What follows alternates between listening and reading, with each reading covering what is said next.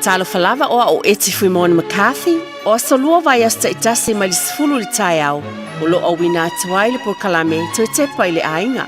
O se por kalame tātou te fitu wha iai li telo mta upu au ngā, a wale ati na e o tātou ainga.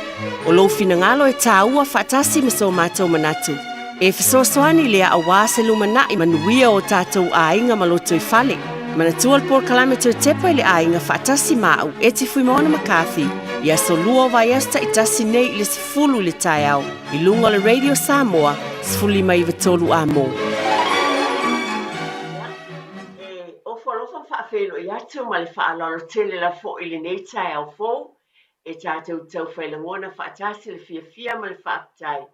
Ona o le anga le leio lo tātou tama i le langi mo i tātou umalava, i o whia lava lo whaapenao na e sirisila mai ai, whaafonga mai e mafuta mai i le nei tai au. Ia e mua lava le vi inga ma le whaane e tanga lo tātou tama. Ia whaafelo e atu ma le whaalano tele lava, tūlanga masani lava le pa ia mawalunga o le tātou o tunu. Iau tūlanga Samoa, mai lava i maunga titele se i o lava i maunga iti. A pena fo e le whaangaloina, na iu tātou tua a mātitua sinsina, ta māma tina mātitua o alo ma whanau ma ainga umalama. A pena fo e le whaafeloa i ma le whaalolo tele lava, e le au whainga luenga pa ia le atua o whaafale le malu i whatawhai taulanga i fia. E lea tōwine i lea whatawhai taulanga, lea e ka le sia ke usiano. Ia ua lava le tala i ino le tala le lei a Yesu Kiriso. A whelo i fo i ma le whaaloalo i e ngā luluene tausanga i tele, ua malo lo manu malo le au pensione ai whaafitai, o lo whapena peo na utau tua, lango sua ma fisosoani. I te tonu e ka le sia mo tātou ainga, whaafitai tele lava, whawhelo i le pa ia mawalunga le tātou o tinu o whelava o whapena.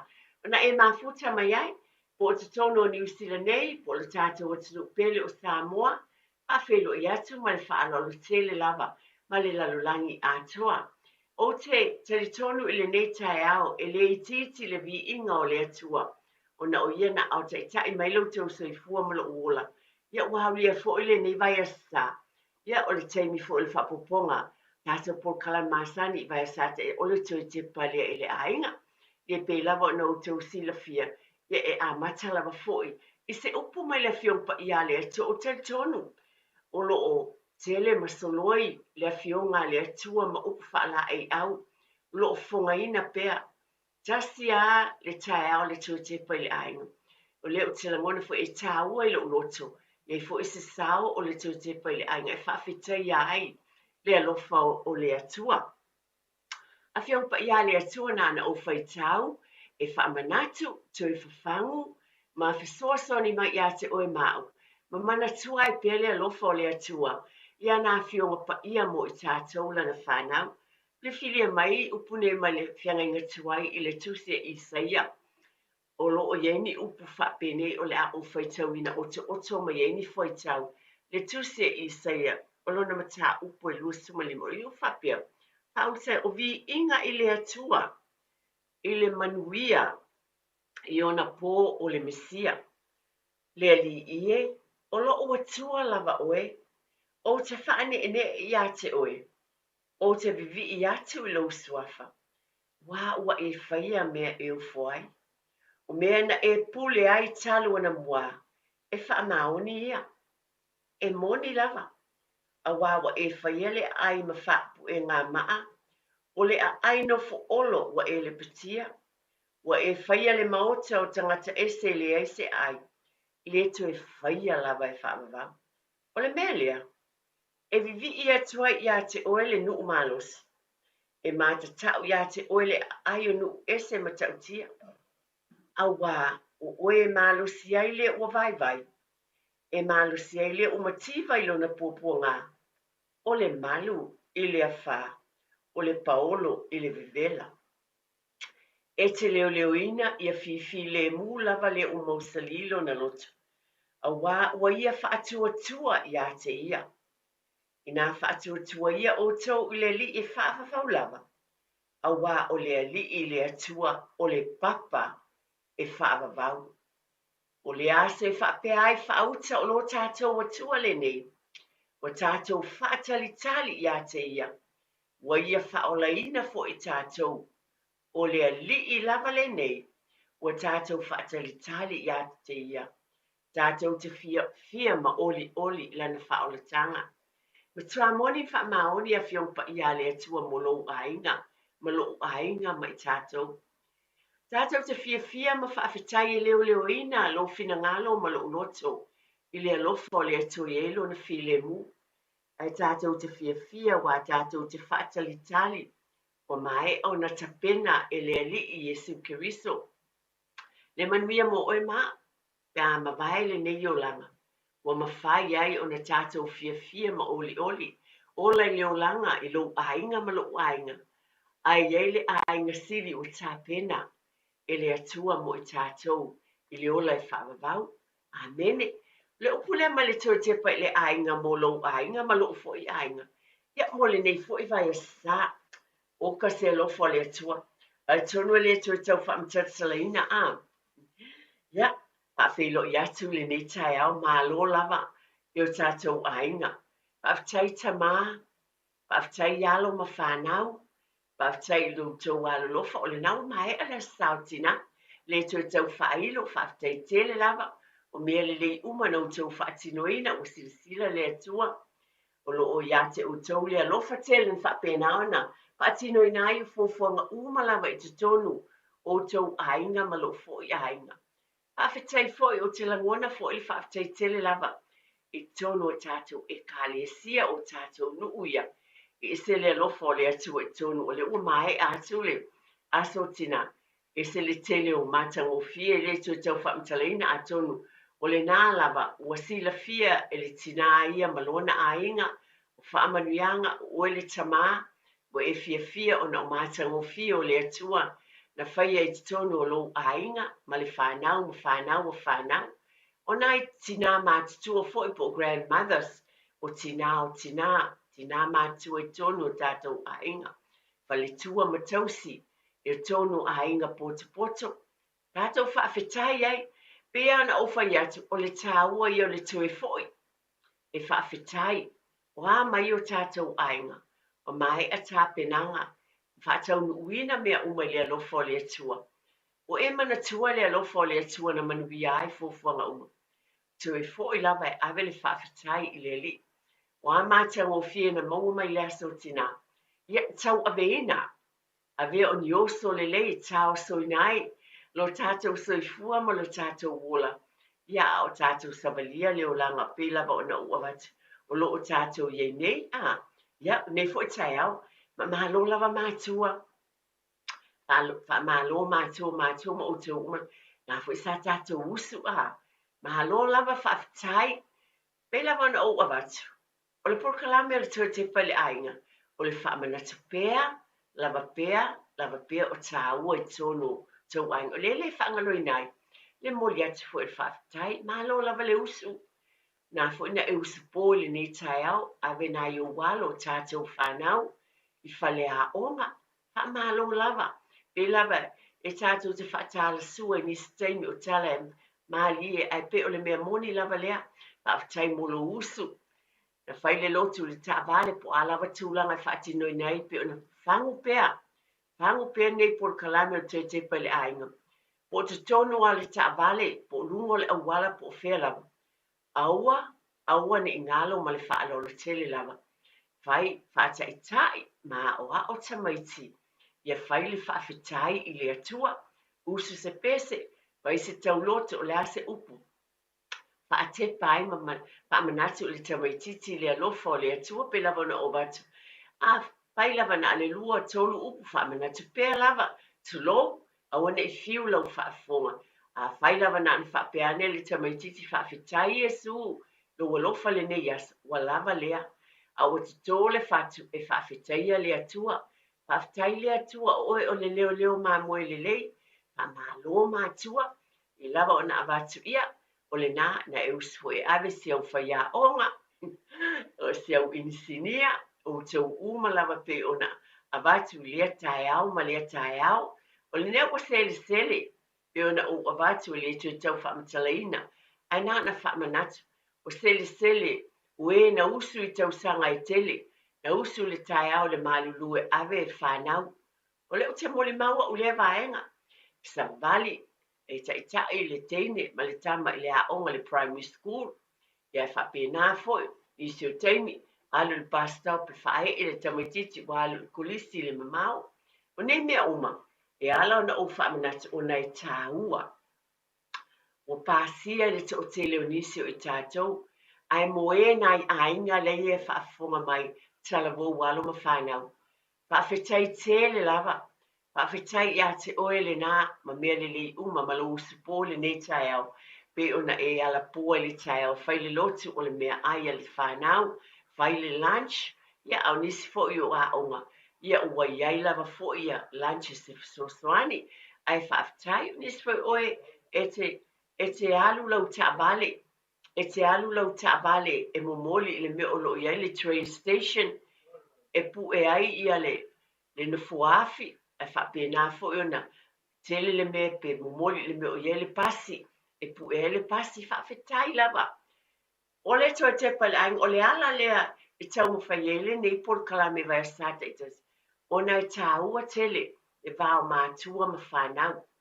Ai momoli atu ai le whaafetai, mana tua sei muli ane e te sele I lo le lava, I lo wala po le tai au, ai o le nā lava I te ono sai mai whaapale pale ma e usu pe abe le whanau, pa ma lo whaafetai I a te oe le nā, ma I tātou umalawa. Ai mai se le ngā luenga tāua pe lawa nai mātua o mātua, Yo o ainga I tuatu extended families mana tua pe lava na ufa tu nei tunu em faiona ye se o uso se o tu fine la ta mai ni se taimi ya ni tu tau failo yo mai piki lo fa na o fa tasi ta vale tasi pe a fai wa ele ava noa fa tai o fina ngalo le atua e ngā lulu e fa tasi e so soani le tasi le I tu tono tatou ainga a fai fo e mawhai na ali wha alo alo lawa e watu ai se whautu. Fai mwhai ona e whai alea mea mō lo tua oi, e whanau si o tua oi, po le ha lava le ngangana, po le ha le nu, ai a whai e le mawhitanga ia te utou, ai me whai ona e so soani ai. Po le whina ngalo nā le atua, o I tātou e halo lofa I so setas, whawhitai tele lava I lo ainga ma mea lele o lo e whai e tamama tina mō te tonu o tātou ainga. O leo o lo o male sao o tina e ese le manai o a taua o te tonu e kalesia ke usia no uma fa o ngā ina e le atua le soifua ma le ola o tina fa malo fa fetai a tonu e te silafia ma o wiloa le tele o taua to tele te tonu e kalesia o le asalia na whapena ai o na whaongaina le soifu au ona, o tina I te tonu o le ngā luenga a le atua. O te loe to tele lava e ka le sia na whapena aina, a tāpena ina o fuafuanga I te tonu o whatawhaitau langa I fia I le asau tina. O lo ainga le na, o tātou ainga le na o le tamama tina ma le whanau. A le asa whaapitoa e le ngata, na whai mea lo whatua I tūlanga whaatino. Ai o te talitonu na whai mea alofa mai ai le atua. Na whai mea alofa mai ai le atua le tamā. I te tonu o lo ainga. E awala li wha au penga ina o le tina. O le na tūtūla I te tonu o le tāpua ina. Le alawa le vala awina. Pesa pese ai le au whai pese. Ave lo na leo I le atua I le nasa. Papena o ia sa wha o ngā ina I le tāpua ina. Se asa tūlanga po ia sa whaongaina e whaia le te talo, o talo sanga molia. O le whaongaina le nā, o le tina, o le tāua le nā o oe le tina o lo ainga. Whawhetai e I le atua. Awane I ngalo on tātou whawhetai I le atua. O te I loa na tuwhi tau whao mea ai whaaleanganga. Na whetu wha I ai le whanau le atua I awala. I tina I te tonu e kalesia. E ese le alofa o le atua whaafetai tina, whaafetai I le whaongaina o lo tau seifua, ma lo tātou ola a tono o tō te leo nisi o tina, o lo ngā lulu e le nei taimi, e le o whaafonga mai ai o te talitono o sila fia le atua na tutu lai ma avea o lātou leo e fonga ina le fionga pa ia le atua i te tonu e kālesia. A tono le teimu muliane a sai ma le whingalo le sunga a te tala le leina e whaina mala au mai nisi e whaelo mai foi o ani tāua na mai e tina i te tonu o lautou tāpua inga. Wai tasi ale aso tina o lea o te loa iaini mea ai whaaleanganga na tuwhi tau whao ni mea ai whaaleanganga na tuwha ina mai e tina. Pawhitai sa whaonga ina le ola o tina o nisi sa te talo. Nisi sa whapenao na te talo e vea masui pe o na iai whatawhai taulanga o le sunga le whaiwhi aupo au nā le atua mai la tau e masani ona whapenao na whaatino ina o nei vaenga taua.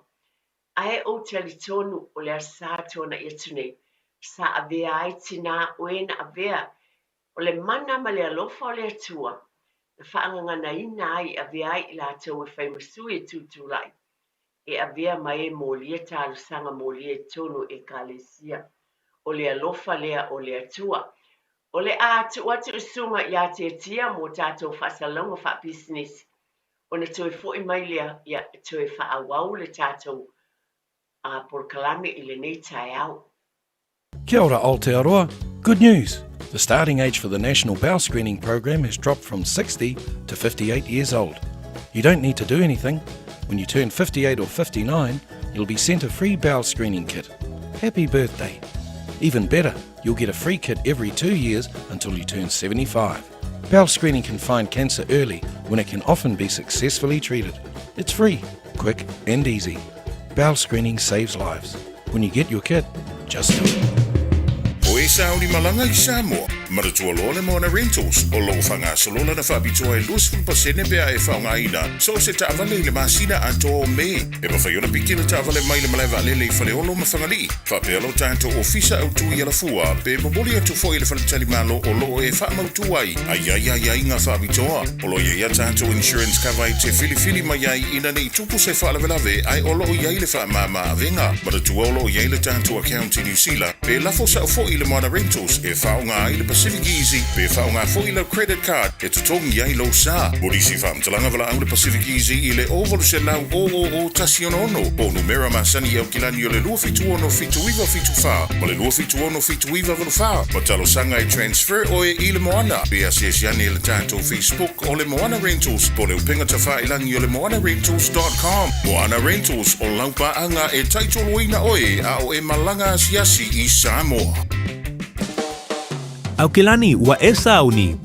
A fio mai loe le Harrison's MZ I o Tahohu, le fale ofu Polynesia pito I sili o na tele ai la e moa liin, tamai ta e mawhanau. Mai ia e sui ai la e o oi mea lofa masulvania e mawa o mai le no whangai tasi.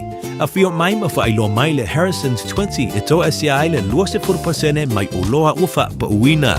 Ioe, ta umai le Harrison's 20 ma surfe ai le luase fulupasene. Le Harrison's NZ I le 23 Hall Avenue o Tahogu e te le fiamsia.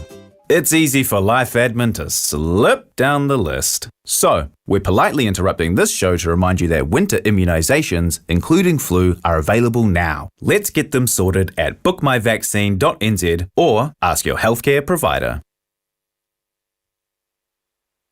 Ia o le whapoponga lava le nea tātou por kalame o le tue tepa I le ainga. Whaafitai I le atua o na umwhaile maua le manuia ia te oe mwhauna e whaafonga mai foi. Mafuta mai I le nei tai au. Nei taimi pe lava o no tau sila fia. Pe ona o tā ua le taimi o tuana I atu. Lea sao tina o mawai atu. Ai ese le tele o tā ua o te iloa na whawhangu mai ai ia te tātou uma. Mai se lava fo I le tū whaaleanganga. Tele lava o taimi o le tautua a le tina I te tono o le ainga I le tū le tino. Le vainga o le whanau o le ainga. O tofi matiu te masani pe lava o na whianga iai. Ai o le tāu o le asao tina. Pe o no tau sila fia. Te tono I tele o tono e kālesia. Sa whapena o na whaalia ai le alofa o le atua. E awala I le tū whaaleanganga. Na whaonga ina ai e le atua I lona whinangalo alofa. whapena na whaangana i nai o tina. O le alofa o le atua na tu ina ilo na nganga pa ia na na fisoswani na mwhaie o na tūtula i mai tina e a vea i lātou o ave fe au o le tala le lei i le asa sā ua tuana i atu nei. O lea e le whaatau waa i lo ulava langona ma i tātou uma. Tātou te whaafitai ai tina whaafitai tele lava i a te utou. Ai e whaasiri lava le whaafitai i le atua. Whaafitai fo i tono e ka le sia o whaapena o na tuina ai le awanoa. E whaapena o na tūtula i ai pe ona o tā ua le taimi ua tuana. Pe lava o sunga i au nā le atua e tele o taimi a maia le whi au momoli ma tāpena ina o sauninga. Ai whaafitai fo i nei awanoa tā ua. O wā o le mea moni o whaapena o na whaailoa mai ai le atua i o tātou ainga. Ainga, o te tono o tātou no o tātou e kālesia. Le te leo le alofa o le atua e awala mai i tina i te tono o tātou ainga ma tātou e kālesia. Whaangangana ina i le atua, tāpena ina i le atua, ta ilo ia te oe ia i te tono seo tau e kālesia. Ma tono tau whatawhai taulanga, ai o aulawa ia o te moli mawina, o se aso mātango fia wā, o whaongaina o mai, o tina māti tua tulo, o tina talavou, au o whaongaina i le atua a mai e le whi au momoli, o whaongaina le poto ma le ata mai le atua, e fufonga ina mai e le fina ngalo le atua a wala i upu o tau talai pe ona uavan, ese o whaipese, pespesenga, pa pena fo i ona talo, o le whaitawina o le fionga pa ia le atua, ai maise le launga ina o le upua le atua. O te whaafetai aia o le atu whaafetai le atua, to tepa i le ainga o le tina, o whaonga ina e le atua, i lona whina ngalo alofa i te tono o tātou e kālesia. E ese le māneia, o te matua ofa o te moli mawau, ona o tono sia mātou ngā luenga. E ese le loto, e tasi le tusi na whaongaina e tinane, o e le tūtulai, e to o lua i la ua na avea mawhailang. E tasi le tusi pe lawa le tusi maasani o le whaata o te o tosu malata. A o le whina ngalo le atua, e le ilo e listina, o le upu lava le tasi o le ala ungai. Ai o te avatu malo wha maoni. Ai ese awala le atua na amai e le whi au momoli. O le loloto ma le tāua, na o matuala ngona ia o le tina, lo whaalongolongo ma le titoa, whaafafonga i le tamaa le ngā luenga o i lātou uma le e kālesi e le mātango fio le alofa o le atua, na awala mai i o nā whawhine. Ioi, mana tua le upo o le atua, tina o tamai tai o hawhawhine o le atua, ai o whaongaina e le atua, awala mai e lo nā alofa. Tō tepa i le ainga, o le tamā, ma le tina, i o e o ngā le tū wha le tino o wa le soifuanga lea, ai o te whaaftai ma tātou whaaftai a tonu, o le nā fo i a te oe le nā lo e whaafonga mai. Na whaamanuia ina lau whaafonga le sa, whaamanuia ina lau e kālesia, whaamanuia ina lau ainga, whaamanuia ina siau tamatene, nāna whaafonga, siau tamatama e nāna whaafonga, whaalongo i a te oele tina, o nā wa e tūla i mai wa e a mai le upu le atua, whaafitai tele lava, e na au e na launga, o le na whaitawina le tuspa ia pe ona wat, o le na te talo na avea masui o e te talo, o e na te talo mo le taulanga, o a lava au wala, na whaatinoina i te tono whatawhai taulanga. O le langona ia te au le nei tai au, e le uma le whaafitai i le atua. O lau e kālesia, o lau ainga. O teimi na tūla i ai le whanau, ma whafonga ina e nisi, ma isi fo i o ainga. Le whaafetai fo i tina, o na o lātou sao i te tonu ainga ma lo lātou soifuanga. Ma le o langa o le whanau. O mea e tātou te whaafetai e tonu tātou ainga. E iei nisi o tunu o tulou ma le whaaloro tātou te le tusirima. Ai o te loma o mautinoa. E iei nisi o tunu e le o maua le matangofie lea o le atua o loo maua i le tele o tatou aiga Samoa. Faafetai ai le i le alii toe foʻi ave le faafetai i le atua pe o upu na faitauina a mataina ai tatou te faafetai ona o le alofa o le atua i o tatou aiga o nuu o faaaogāina ai le soifua ma le ola o tinā e amaia le feʻau o le tala lelei mo i tatou ia sasā. Famolemole tiatia talapea lelei na peiai se tasi e manaʻo e valaau mai e mawhaina e valaau mai e saunoa mai o le asa matagofia o le asa o tinā e loutou sauniga ma lou aiga ma le ekalesia ua manatu lava i le tulaga o le tāua na faaaogāina ai e le atua o tinā i totonu o fatafaitāulaga ma tatou aiga lotu i le asasā. Aua neʻigalo ona tatou foʻi e faafetai i le atua ua ua faaaogāina loutou soifua ma loo ola e auauna ai i le atua na faagaganaina pe ona ou avatu ua tulaga uma o le alofa lea o le alii i totonu o tatou aiga e auala mai i tinā e lē faailoga tagata le atua na faaaogāina o tinā matutua tulou le soifua na faaaogāina o tinā talavou i tulaga uma lava ae o le mana o le atua faapena na faagaganaina ai ma le mafaufau tonu mai le alii na faaaogāina ai le ola o tinā e fofogaina ai le upu o le atua le talaina lava tatou laina a faitafia valaau mai ia faailoa o le asa finagalo oe le asa faamanuiaga na e maua i le asa o tinā i lou aiga o taimi foʻi pe ona ofa i atu e ese le manei o upu na faailoa mai e nisi o alo ma fanau e ese le matagofia o latou lagona na fofogaina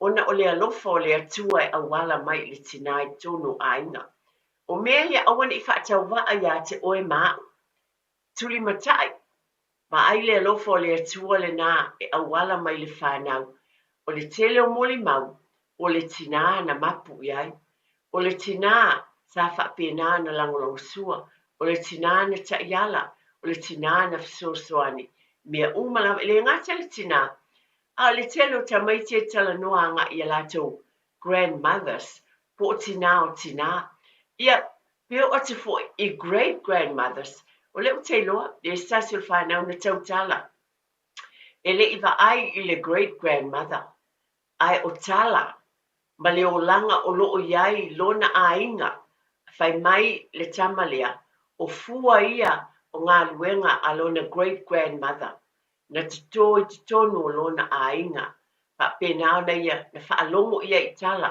i le alofa o le atua na auala mai i lona great grandmother e ese le lelei o le alii o lea ua totō foʻi le fatu talitonu mai ou te iloa ma ou mautinoa la le finagalo o le atua i outou soifua ma le tatou ola tinā faafetai ou te iloa e tauaveina pea o le tala o afai tatou tutuumutu e lē tautusia i lalo i se peni ma se pepa a lae faafofoga le atua faafofoga foʻi i lou auaunaga o loo faalogo foʻi lau fanau faalogo fanau o fanau e lē tautusia i lau se pepa le tala faasolopito ma le history o oe le tinā leai o lae teu ma tusi i le papa o le loto o le tamaitiiti tusi le papa o le loto fanau o fanau galuega lelei uma na mea o loo e fai e totonu o lou aiga ma le tala lelei o le mea lava leʻu te fia faamafaina ona o le faaaogāina i le atua faafetai foʻi le viiga i le atua pe ona ou watu o mataʻi o uofo e tasi le tusi na faaaogāina ae ese o nisi o upu ma nisi o vaega na talanoa mai ai tinā nei le asasā e leʻi oo i ai loo iloa tulou lava ma loo faaloalo o te lē matau ae na fofogaina mai nisi o mea ua oo i ai le loloto o le alofa o le atua na fofogaina e nei tinā i lauga na amai ai i loʻu lava tagata i loʻu tinā o te faafetai ai i le atua tatonu o tufi taufao me ai faaleagaga e outou ekalesia o tatou aiga faafetai foʻi o talagona lava i tāua i tonu o tatou aiga toe tepa i le aiga faafetai tamā faafetai le fanau pe ona watu e le lava le whaatai i le aso tina, ai o mea umaia o te loa, o le toe tepa i le ainga.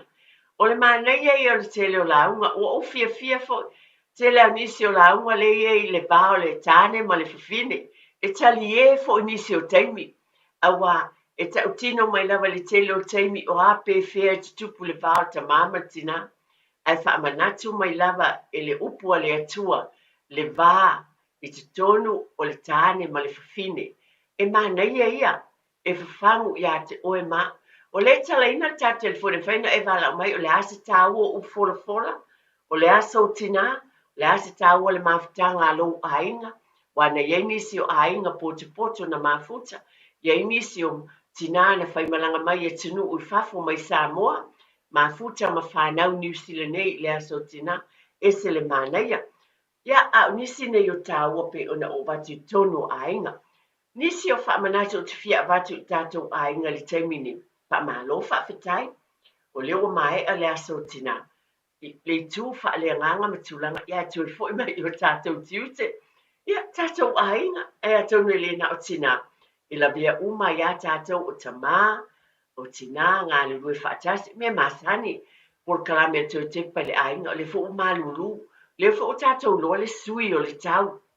Le o tātou loa, pe tā le lima po le afo le lima le fiafi, o po misa, wa amata fo na malulu ta ilo ye le mea lo e la papa awai a te tonu i au kilani le mele o te dei fo ia malulu fo amata o tele le swing o le tau o mea umala nei pe lava na vatu proclame to te pale ainga na te fa manatu mal fa alo alo sa pena o le na o vatu pe nisi tatu proclame atu no fa fonga foi le pa ia mal mamalu le ala leo lo fa manatu e pe tu langa ese e tāpenanga o tātou ai. Ai wha manatu foi e le tue tepa i le ainga ia manatua.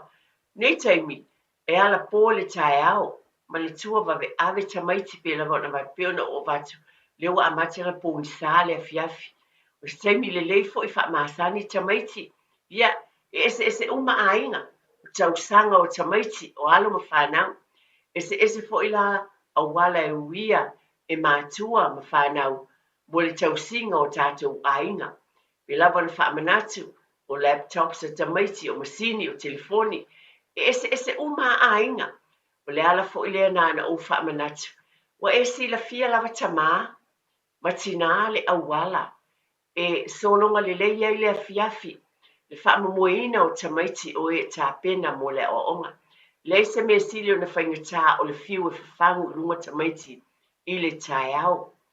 Ai pe ona o avatu o le awala e tapena i nai le whanau, le tala noa iai ina i whapena a vi ese mai po a mea, le nā lava lau tau si la fia, ne i fiu lau whaafonga e nā le whaamanatu lava, a vi ese o mea tilo iai tamaiti telo teimi ne le momoe, mawhana o lātou muenga, na tua fōi pi lava na avatu, a le mawhana le muenga, ia, e le mawhai fōi o na moe, iei tamaiti iei electric blankets lātou mo nisi fo i lei po le whangupau. Lātou i e mā moe mā whanai. Ese a inga. Rona wat, ele tusa uma. Ese fo i lātou langa i whafo i nai. Lau tau singa ina ia mā whanawhana. Ma ia le lei le mea mo e tamaiti ina ia lava le mā lolonga. Ma ia wa ai. Wha mole lava mātua. O tatu whatamala. Patamala, lea tau te sila fio nisi o teimi, mai se le vaenga mātutua lea, nāna o wha manatu. Te leo nisi o teimi iei tala ia o te loa, i leo nisi o teimi la tu watu tamaiti mātutua o la o moe, ai ese le mea la o la tau wia. O le mea moni o te le māta watu iei nisi o tamaiti, la tu o tu moe, ala o sola i whafo mai whamalama o wo, ma nisi o la tau wo. Tātou māta ala i mea umalawa nei, e ese la foile ma losi mai o le ali i o le lalolangi tau mawhai e whaato i lalo o tau walo ma tātou whanau. Le o tau sila fia le whaingatao le o langa. Ia tātou ono sai ma whaapale pale ma ua pēr tala noa. Piso ta inga tala noa tau tala atu i si o watali. Tala noa i si au tamatene o si au tamatama. E le whailonga o nisi ese le mafanafana o mafutanga close relationship a tamama o latou afafine talanoa ai faapena foʻi le tinā ma lani tamatama talanoa ma faapena ona faamanatu i ai le tāua o le malosi a le ialu le aʻoga e maise la foʻi nai tamaiti laiti e o preschool ia ua neʻi o atu tamaiti fia momoi o le aʻoga amata e ae faamolemole lava faamafanafana ai aua foʻi neʻi o tamaiti pe mamaʻi ae fulū ai o le faleaʻoga o le aʻoga amata ma le faaaloalo lava auā e pisia ai foʻi nisi o alo ma fanau o nei mea uma i le fou lau faafofoga o le mea moni lea e fiu foʻi lau faafofoga ae o le polokalamea atu e te paileʻaiga o le tatalogo lava faamanatu pea tapena pea auā nisi o taimi seʻiloga lava e tupu se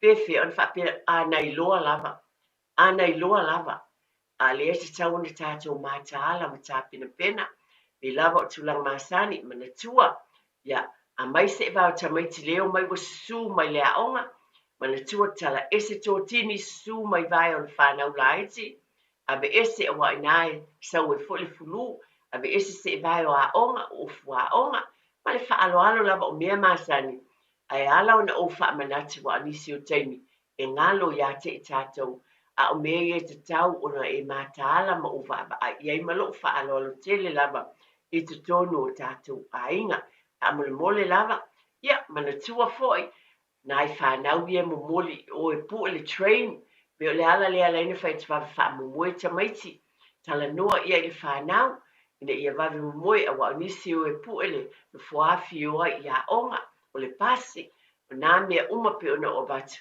o oe lava tamā ma tinā faafetaitele i outou galuega ae o oe foʻi e paʻū i lou tauau fuafuaga lelei uma tatou te amoina lava o mea uma ma le fiafia ma le faafetai o lo tatou tiute faamatua o loo faia i le taimi lenei o loo i ai le fanau a o faafofoti foʻi tatou fale a o manatua le tulaga lea tamomo e tamaiti e o pe o mai foi vaai e fastepu o le fale vai o nisi o fale o tatou a meise a fale e fia fale iai fastepu vaai auani i masese vaai mats foʻi e tu ai tamaiti a o atu i fafo ina ia auani paʻū sam pe tamoe atu i tamaiti la alu ai tu paʻū se su lava lava ia ona tu ese foʻi le swing o le taiao vaai ia mats i fafo do mats po faapena aua le susu ma auana i masese fastepu o fale o mea uma ia e tatou te mataala i ai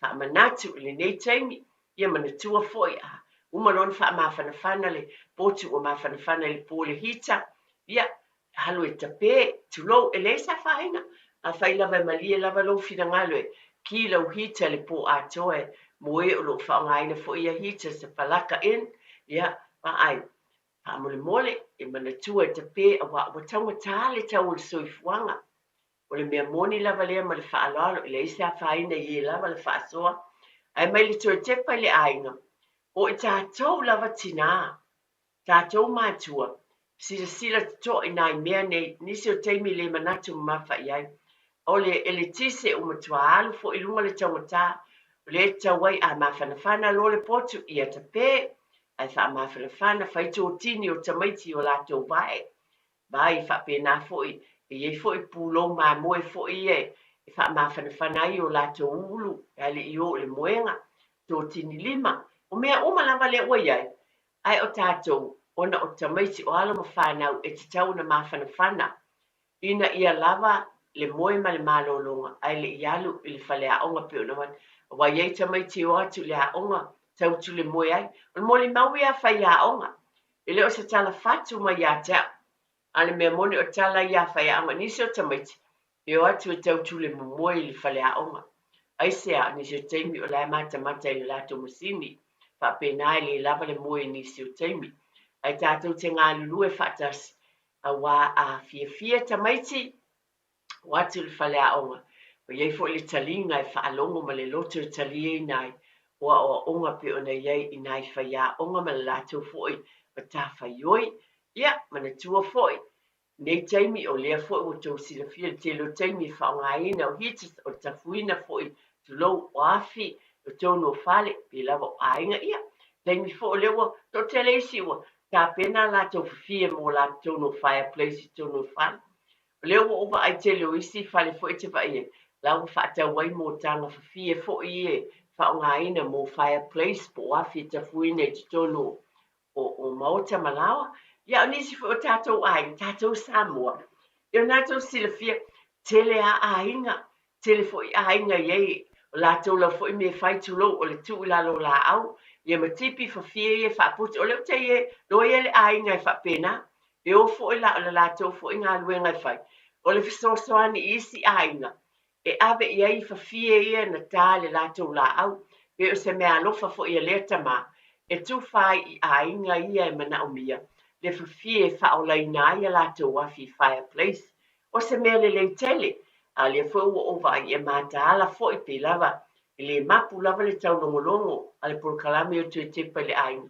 o mea uma ia e mata ala ia I tatou tono tatou ainga le nei vai tau a fai le malulu tele lo maota pe ona e silafia ia a le nala o le fafangu lava ia mo isi o ainga o lo mana o mia lava le fesoasoani ia e faapena ona tatou galulu e faatasi o le soifua le ma le olo e tatou Samoa e felagolago mai ma o lau lava le atala o lou aga lelei o lou aga lelei so o se tasi fai mai lava le afioga paia le atua o le taulaga e sili e tatou faia taulaga tonu e kalesia o taulaga tupe taulaga o a mea uma e aga lelei e lei se me faatauvaa po o lo fesoasoani atu tulou o le fafie faaolai le ua lai faatau fafie ae a mafai ona e ofo ina atu se tanga fafie mo seisi faamafanafanai ai lona fale faafetai le a se mea mafai ona e fesoasoani atu ai pe ona ua vatu o lou aveina o le fanau a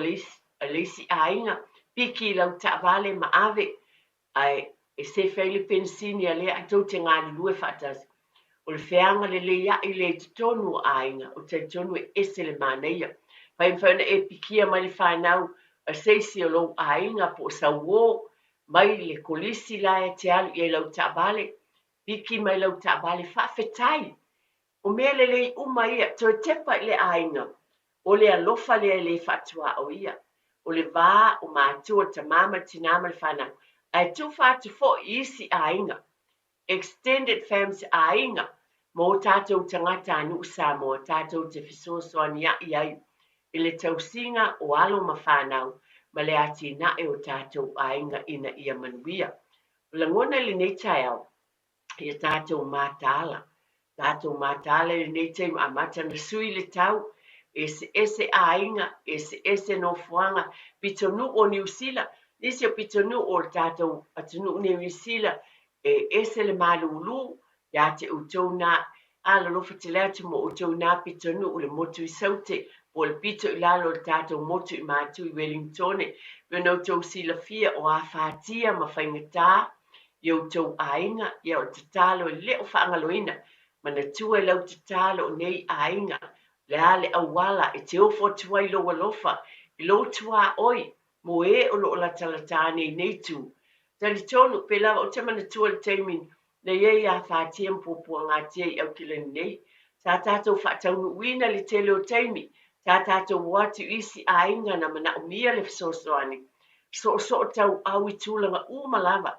Io e tātou te tatalo ma tātou avatu I le ali ai o ngā luenga whaatino foi o mea ai o lava o ia afu o mea uma pe ona avatu o le taimi foi le nei o te loa I tū nei o le tātou watunu o New Zealand nei to te pai le ainga o le alofa I le whaatua o ia ma aina I ainga I nā pitonu o iei ainga o le aini whale no fuai iei foi ainga o whale angaina pe o nā whāti ai foi nā tau te sila fia mana tua foi I le whailonga tangata o tātou tangata po ai lava le ngangana o ai le tangata anu ma le whaalolo tele mai a tau e whailo ai le alofa so soani atu I nā ainga I le nei vai taimi a o whianga iai o le tala le tua te pai le ainga le nei tai au a pe ona o avatu le tau sila fia pitonu o Wellingtone o iei tūlanga na iei a o ia lala ma e papa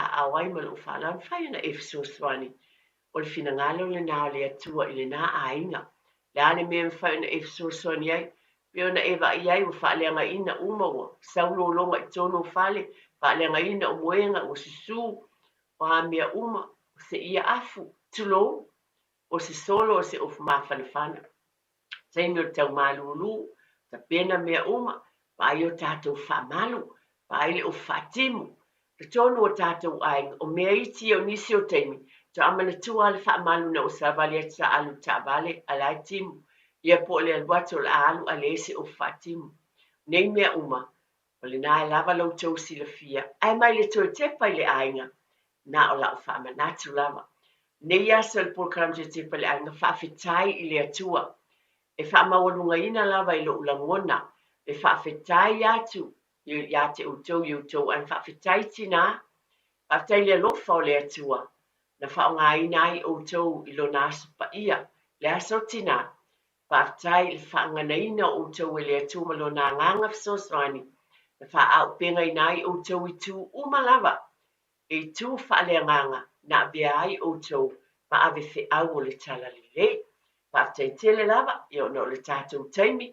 O le talo lava ma le tuatepa I le ainga. I whaamanuia lava le atua I le ainga. Ainga uma lava I tātou. Peo na utawa iai lava se ainga tasi o ia le fe au le neias. Ia vi ia lava le atua. Whaafetai tele lava. Whaafetai tia. Mo le au nanga. Whaamanuia I le au whainga luenga uma. Whaamalo le tautua. Mo le atunu ia le file mu o le atua I tiu te mawhaiva. I le nei fo I vai sa. O le atu whaafetai mai a te au tina.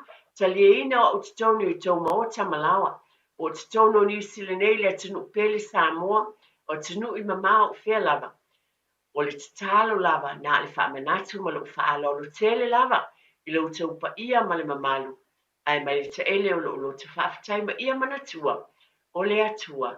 O le tamā ia o ainga o malava. Ia, soifua ia ma Imanuia. Tala falava, o le siu fonga le nei o Samoa, le Radio Samoa.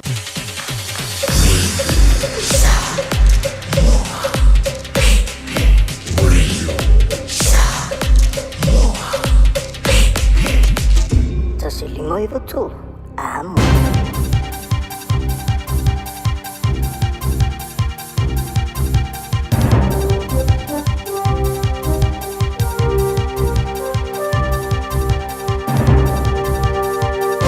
In this update, the Associate Energy Minister says the government's being proactive with its latest changes to the fuel response plan. Under the changes, restrictions on fuel use will only kick in from Phase 4 rather than Phase 3. Under Phase 4, emergency and essential services uncapped priority access to fuel. Shane Jones says that phase is unlikely, and aside from high fuel prices, New Zealanders don't have much to worry about. At no point have we been told by the importers they are struggling to bring fuel to New Zealand. They remind us that price is likely to climb, but we have a good reputation of paying our bills internationally.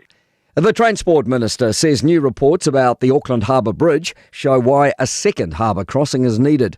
NZTA reports show the 67-year-old bridge has various defects and is at risk of failure. Chris Bishop says plans for a new crossing are expected by the middle of the year. This will be the single biggest infrastructure project New Zealand's ever built, and we want to take a bipartisan approach to it and act in the national interest. The Justice Minister has announced changes to climate change laws to prevent businesses from being liable for the damage or harm caused by their emissions. Paul Goldsmith says it will apply to both current and future cases, including some current civil claims against major businesses over their emissions. A Kiwi who was on board the hantavirus-stricken cruise ship has begun their long journey home. They're among the final group of passengers who have disembarked the vessel at the Canary Islands and are travelling via the Netherlands to Perth for quarantine. World Health Organization epidemiologist Dr. Boris Pavlin says a close eye will be kept on the asymptomatic passengers. All the symptomatic people were offloaded in Cabo Verde. The issue now has turned to the remaining passengers and crew who had to varying degrees contact with those sick individuals. And Health New Zealand is promising to work through staff concerns about safety and a culture of fear at Christchurch's Hillmorton Mental Hospital. That's news. In sport, back to the future for the All Blacks. Sir Graham Henry is rejoining the side as an independent selector. The 2011 World Cup winning mentor joins coach Dave Rennie and assistant Neil Barnes on the panel. Rennie says Henry will offer plenty, like when queried for his initial assessment. He says, I thought you might ask that question, so he had about 60 players he wanted to talk about, which is very much tiered. He's an avid watcher of the game, and that's important for us. So, we're hoping that, with his eye, he may see something a little bit different to us. A missed chance for Tottenham Hotspur in their bid to avoid relegation from football's Premier League. They've drawn 1-1 with Leeds, leaving a fragile 2-point buffer from the drop with 2 games left. That's sport. I'm Malcolm Jordan.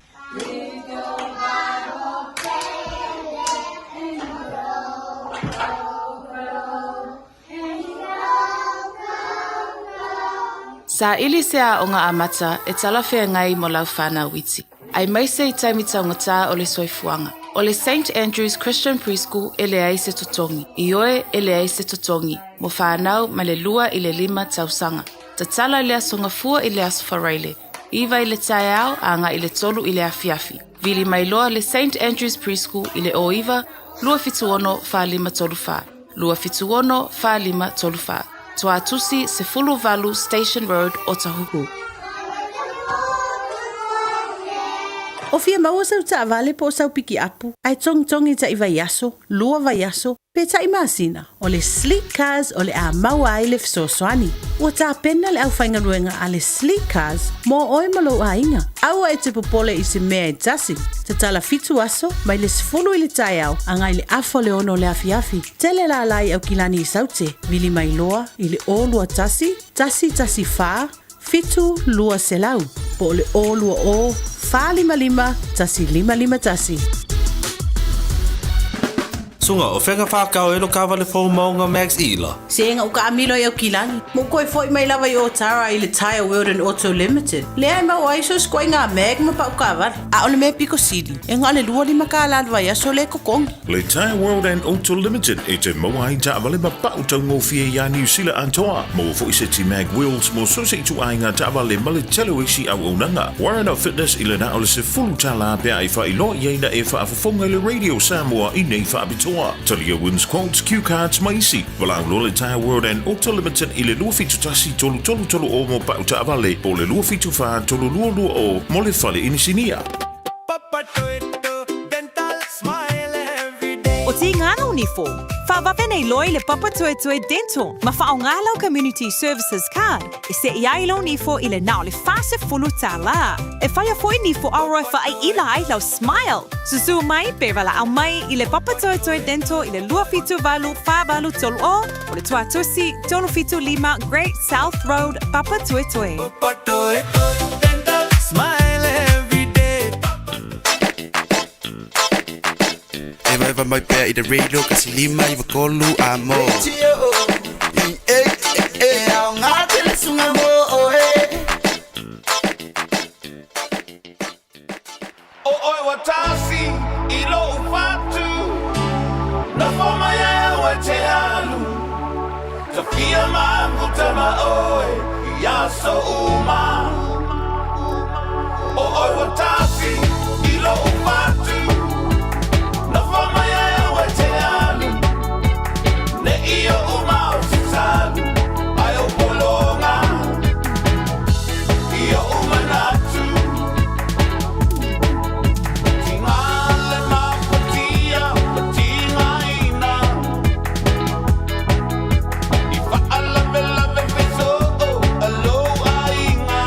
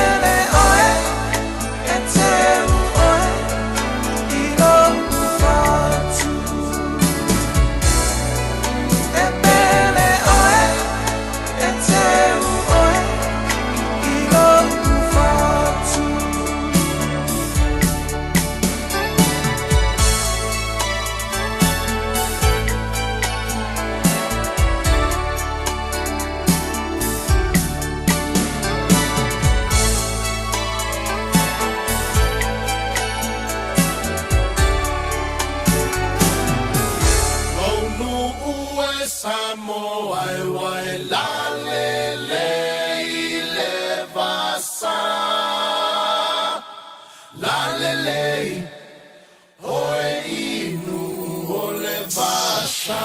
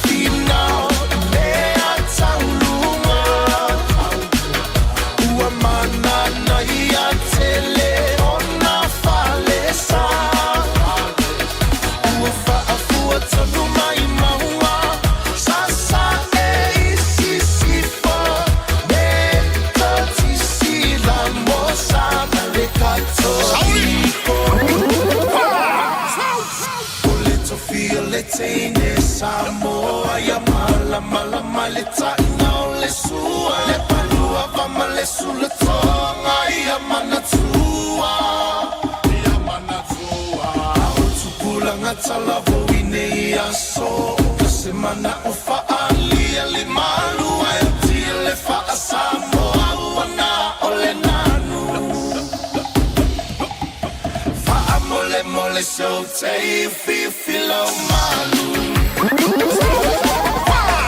ole to feel it in Samoa ya mala mala male tano le sua le palua pa male sulla tonga ia mana tua o te pulanga tala vo ine aso kasi mana ufa ali ali manu ai tile fa Samoa una ole nanu fa mole mole so te filo malu now ia e mawale poto sili awane ia ona olo lua ia sili loto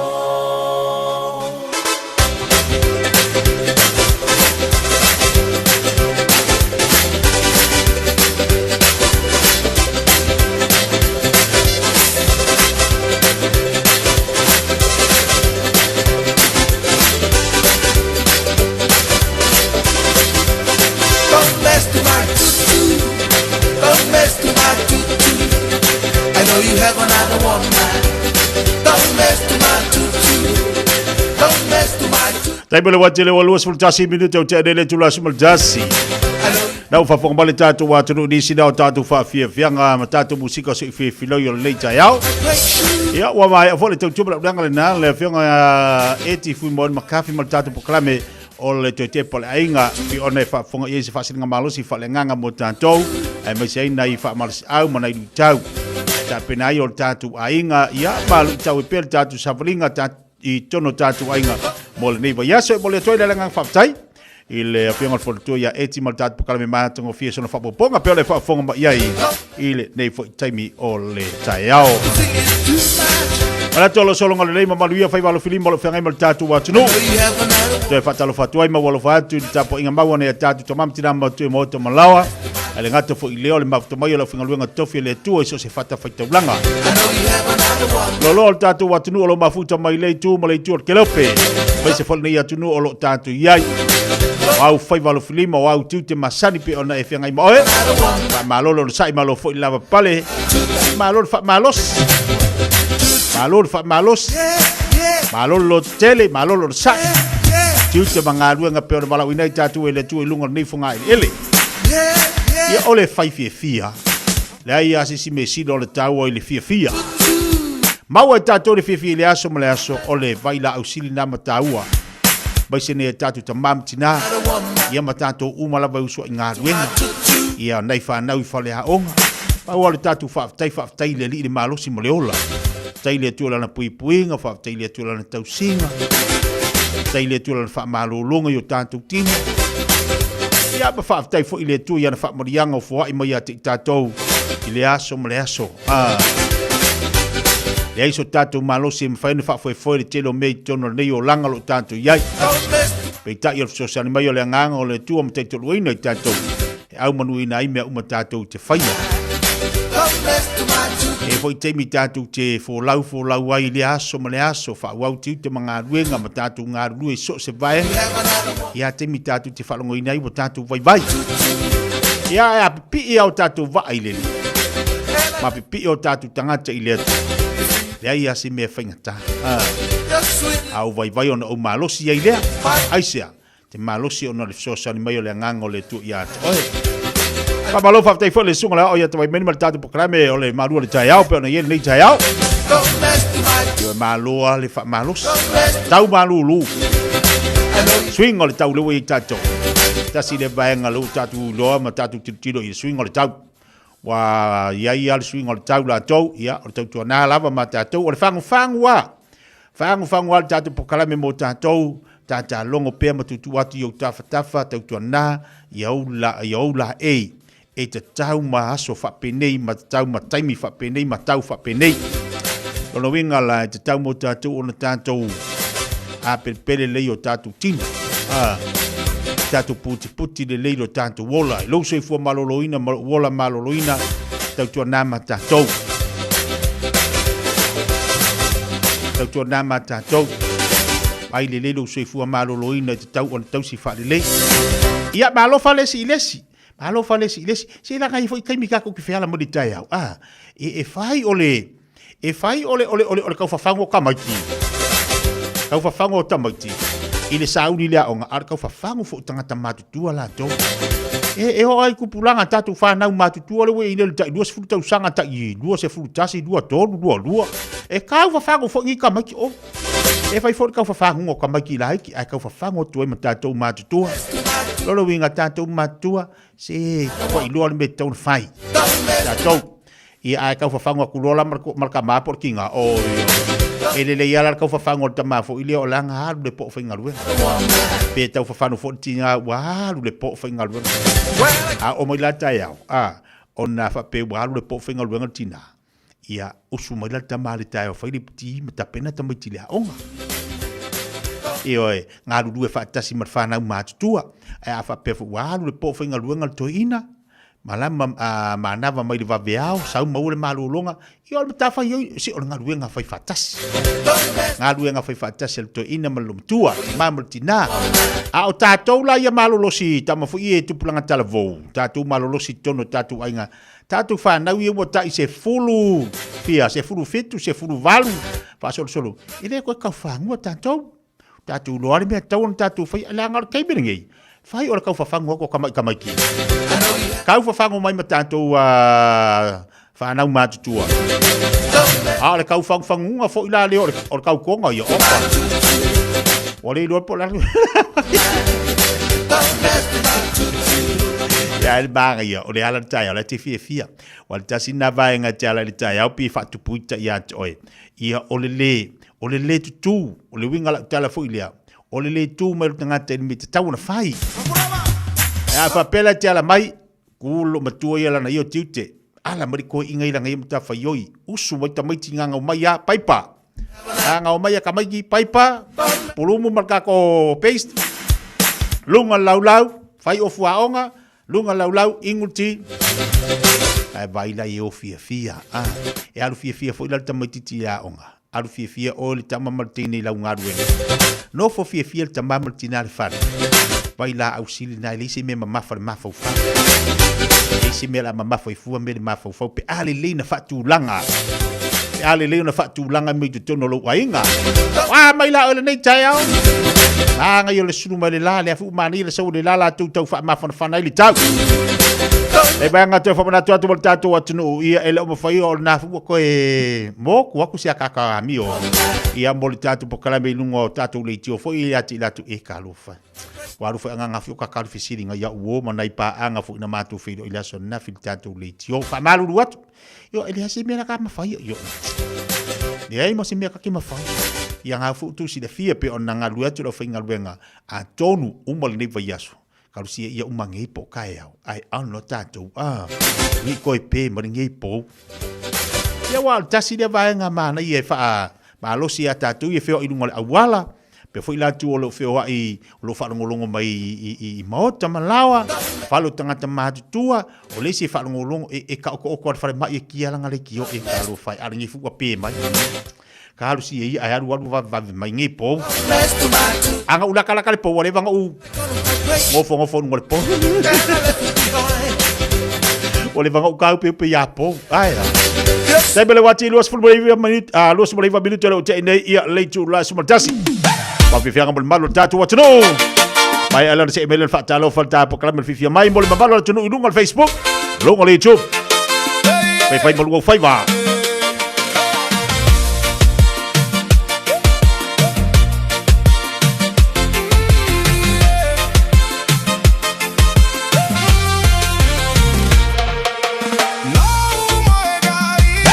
Fiafia ngam malo tatu watno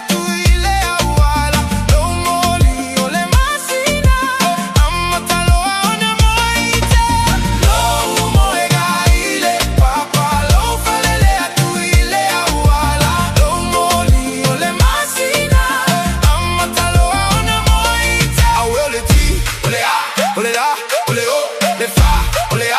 ole sa, ole a, le mo, ole o, ole a. Talofa Samoa, talofa Samoa.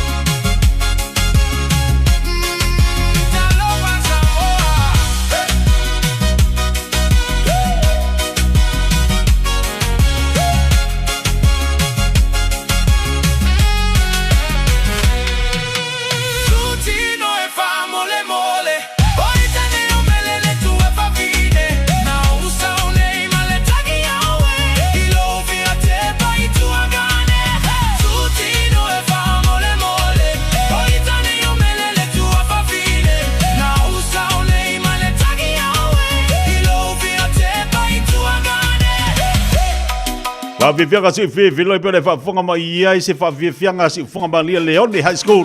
Nau atoi langina le AI. Upu afa fatala fatu ne bayanga le jaya malo se fumaria malo fu fatasi vai nunga tatu pakalame. Fatalo fatu ya Jota Siliata fatalo fatu tatu pakalame malo fatei fu mafuto vai nunga tatu te tua.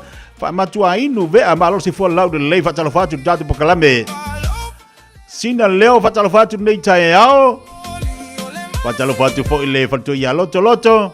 Malo se fomaria lo fatu ya te uruma non mado no falo. Nicole we fatalo fatu po klame. Sene Gyral kwa sene fatalo fatu le fatu sima nei mele pole au Italia. Sina leo malo se fo lau de lei. Fatalo fatu ya Bamba Winterstein fatalo fatu malo fa ten bafta mai Selina si osi fatalo fatu tatu te tua.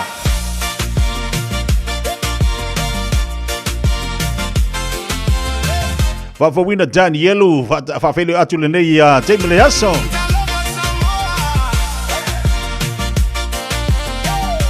Ia fa fele atu e uta reu pena le fa tasi mai lungo datu pokalabe nai Amerika Samoa no uli.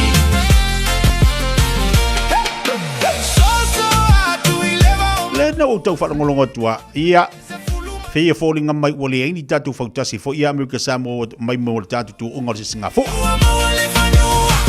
Ona uti tau whalangolonga te whapea e tele. Tua noa mawaenga o lo iai Amerika Samoa mo temi nei. A tono le amusi tatu whatatanoanga fo ima Amerika Samoa le stofi. Siringia fo i pole hale tūlanga. Pole fo i se sila o le ase. Baba ai le sunga tatu fo mai. E tāpenanga Amerika Samoa la tau. Ia maratua fo i o le vai temi tonu lea o lo iai i Amerika Samoa. I momomo o whaunga. Faunga. Ia pale mele e tapena, le tapenanga. Tua masi imai la fa pe masi imai ia uli, masi imai ia nisio afio anga malato fautasi e batu Samoa. O ile esta mo tapenanga, e matua te le tapenanga. Ai fo ile le uti le te melena. O ia le singa fu am to tapena ia tanto va am tapena me umala. Ia falling am pe pu tai. Ai pei ala utau whalongolongo atu. O le vaenga pito silia o na aviri whamomo o whaunga whanau.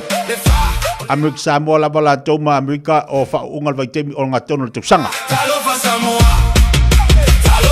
Noenga o ringa maila o le a te whaia tātou tu ngā vaa tātou.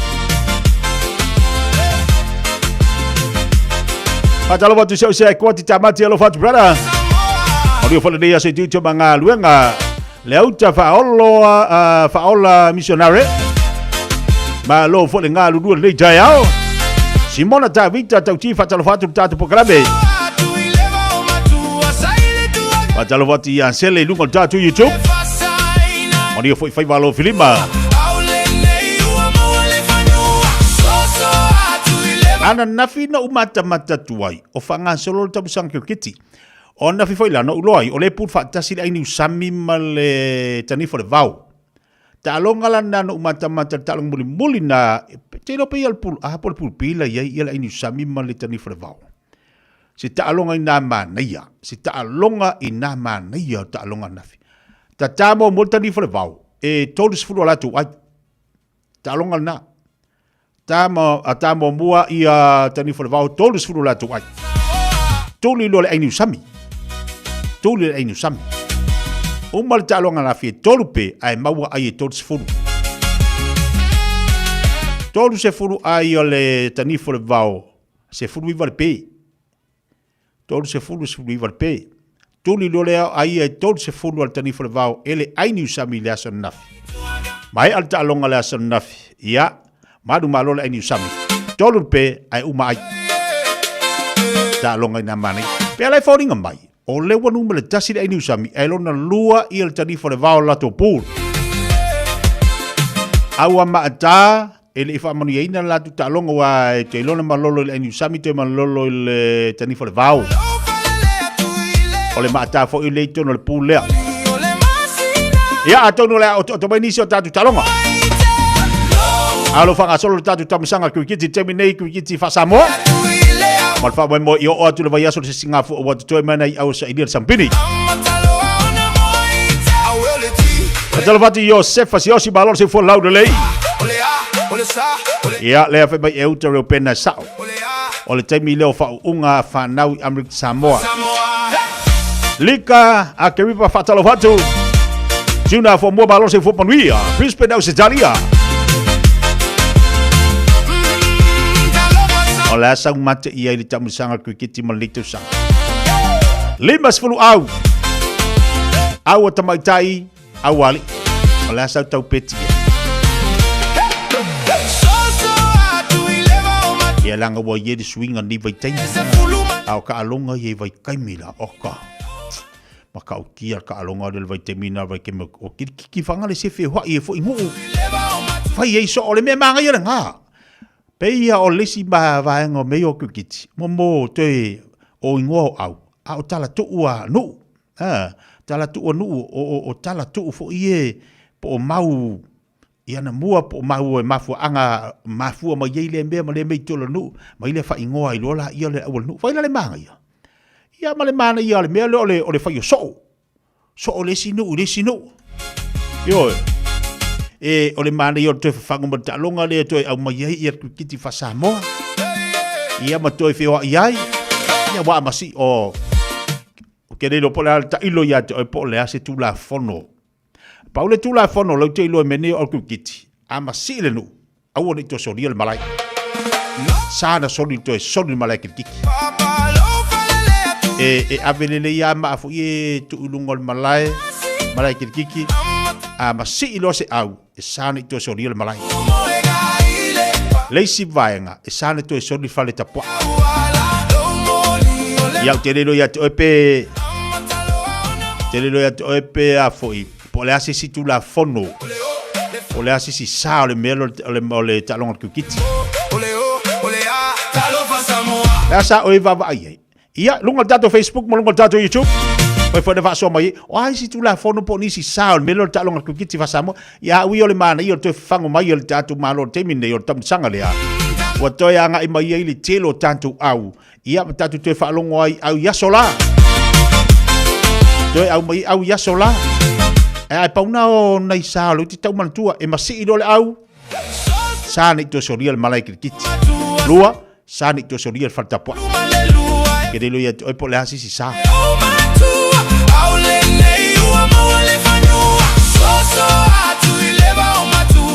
Talo batu di sotado pa ngalo ba futo ben lunga le tatu po klabe lungo tatu tavale. Vai fai malu to fai vatu to bangaluenga fa langolango ile tu me uma. Wa ile le malo si lo fita. Ole ngango le tu tatu te mo fai me uma fa bol sa foi ya to e.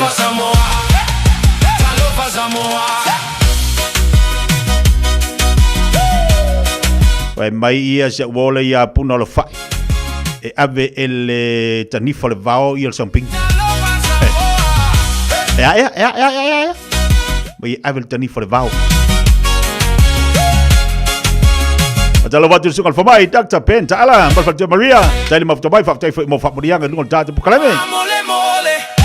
Juala le pati video bu balor se famoria.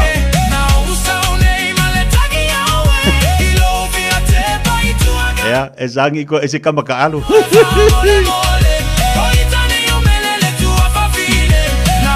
Lia, vai mai lia lupe manu.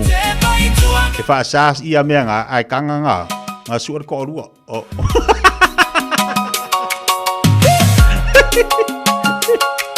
Ka ko wo sa o ya kau ko nga. Ya, Maria. Le te wawa ia to le foi to te la to so sani mai dungon tatu pokala me vai ngol dayao ni so sa em fai a o sa meno ta longar kit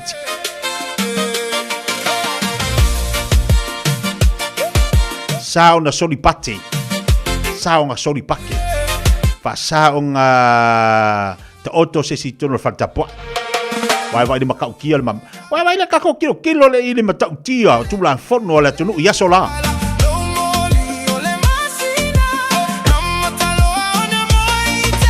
Vai mai ia Vitaliano o lana mate una sampini nele ai niusami. Ferrila, le ai e ave pautasi mai o le pusi ula mai foi lalo. Ave pusi ula mai foi lalo. Vitiana fatalo vatu balor se vola de lei. Se au final de lei fai mai una sampini ai niusami.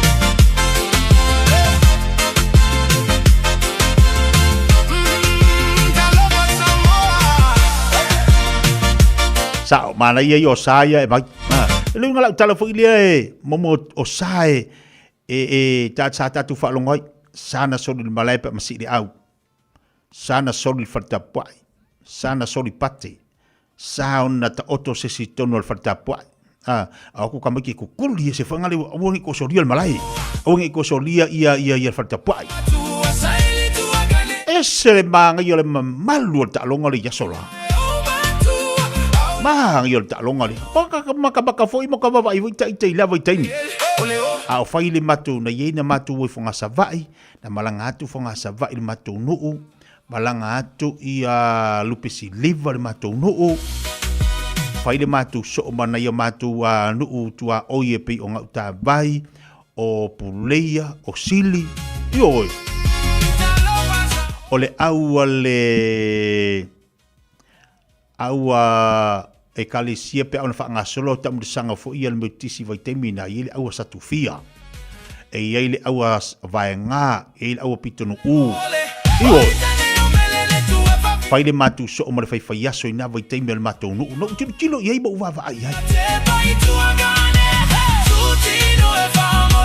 esse le mani ile mamalu ai o aso fo ila se ano tava ai mene yo a fai ia ti fo ia a o kirikiti se ano tava ai mo moni falawa o le fa ausia nga sasai kamari e sola io ka va ai le fa ausia le ki ia nga esse le manga ia solo patalo watu ia Ritiana malo se fomonia Fai una sampingi fo ia sili. Ole fai le langa uma uma ta longa lupsi livana fi. Lupsi livana ta alo male au ti Samoa. Ele uma la ta longa na fi pe mai lo le live le malo le fai. Au te lo lana turi ai Samoa te mau ala se ta longa na le so na fi. Te le mau ala ta longa buli na le so na fi.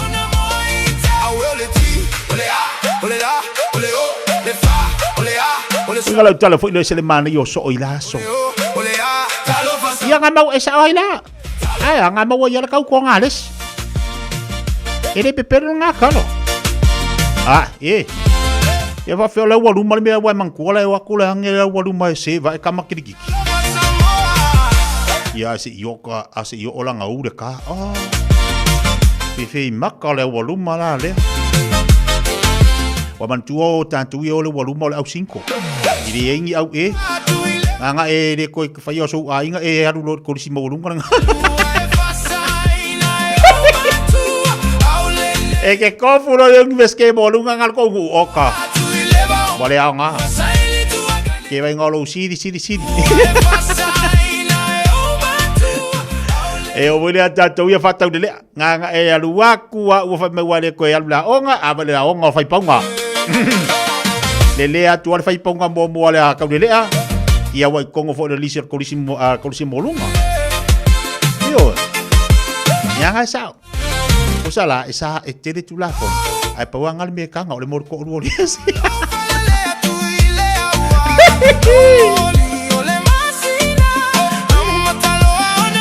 Ore kai mira ko le fa banga ngai o kama kirikiki ki nga masia kua olai masia ko olai ko fa le fa nga le fa ai fai ale fia ia ia fa pela so asko ngai ma fai so ia ole so nga fo nga kalngo ia le ko ngalo la nga masi mudi a ko male ko sa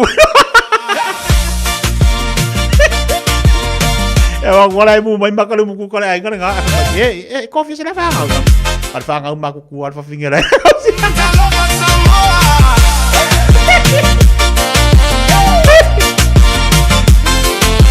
Awoya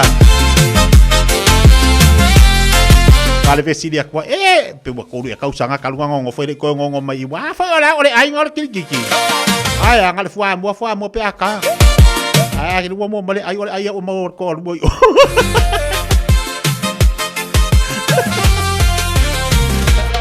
Tio ole ko au I falalata foi la dia ole au fai news Kofi las fagas e kama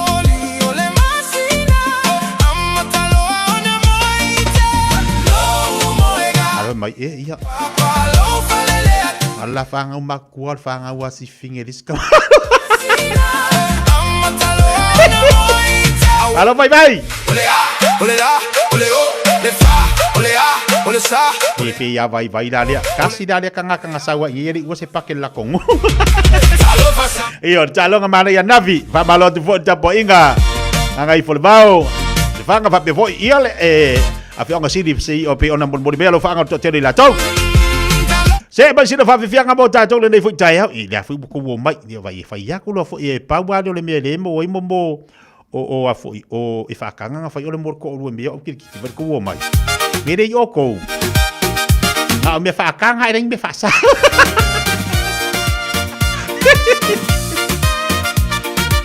O la ka mo yo pu ya la ka mo vai male malo nga sa wa nge Ili kiri fa lungo a me se fa ke dia ole kai polongu mira ka si ale nga ngai fole ba wala kiri sa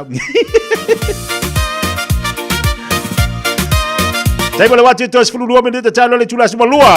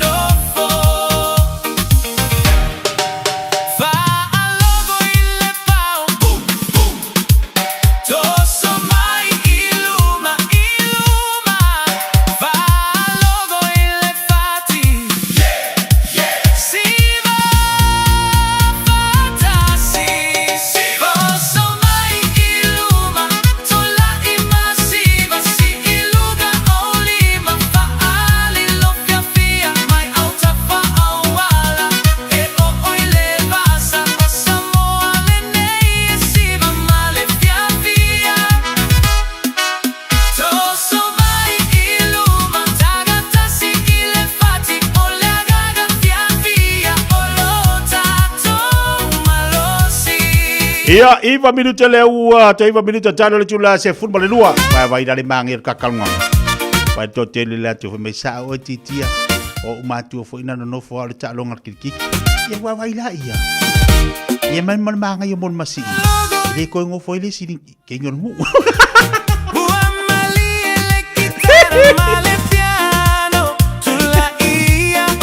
Vai dale mon manga ia mon masi ia. Yo le sia kale polo au maka yo le ka mia solo ikupulanga ma. Mole walu mole ngo. Ya vai na le manga ya no mole masi ya ki om. Yo. Ya le manga yo le ngofo. Pa ma yene.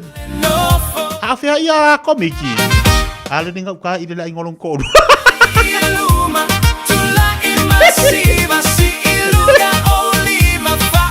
Pe Maria fu o le o mamau aya o le o mamau o fu la kala kamai au kengi ama kala la kai do ka fa ya wai le ka fa kali se pas ngai ma ko le ai ngola ka usu ka ba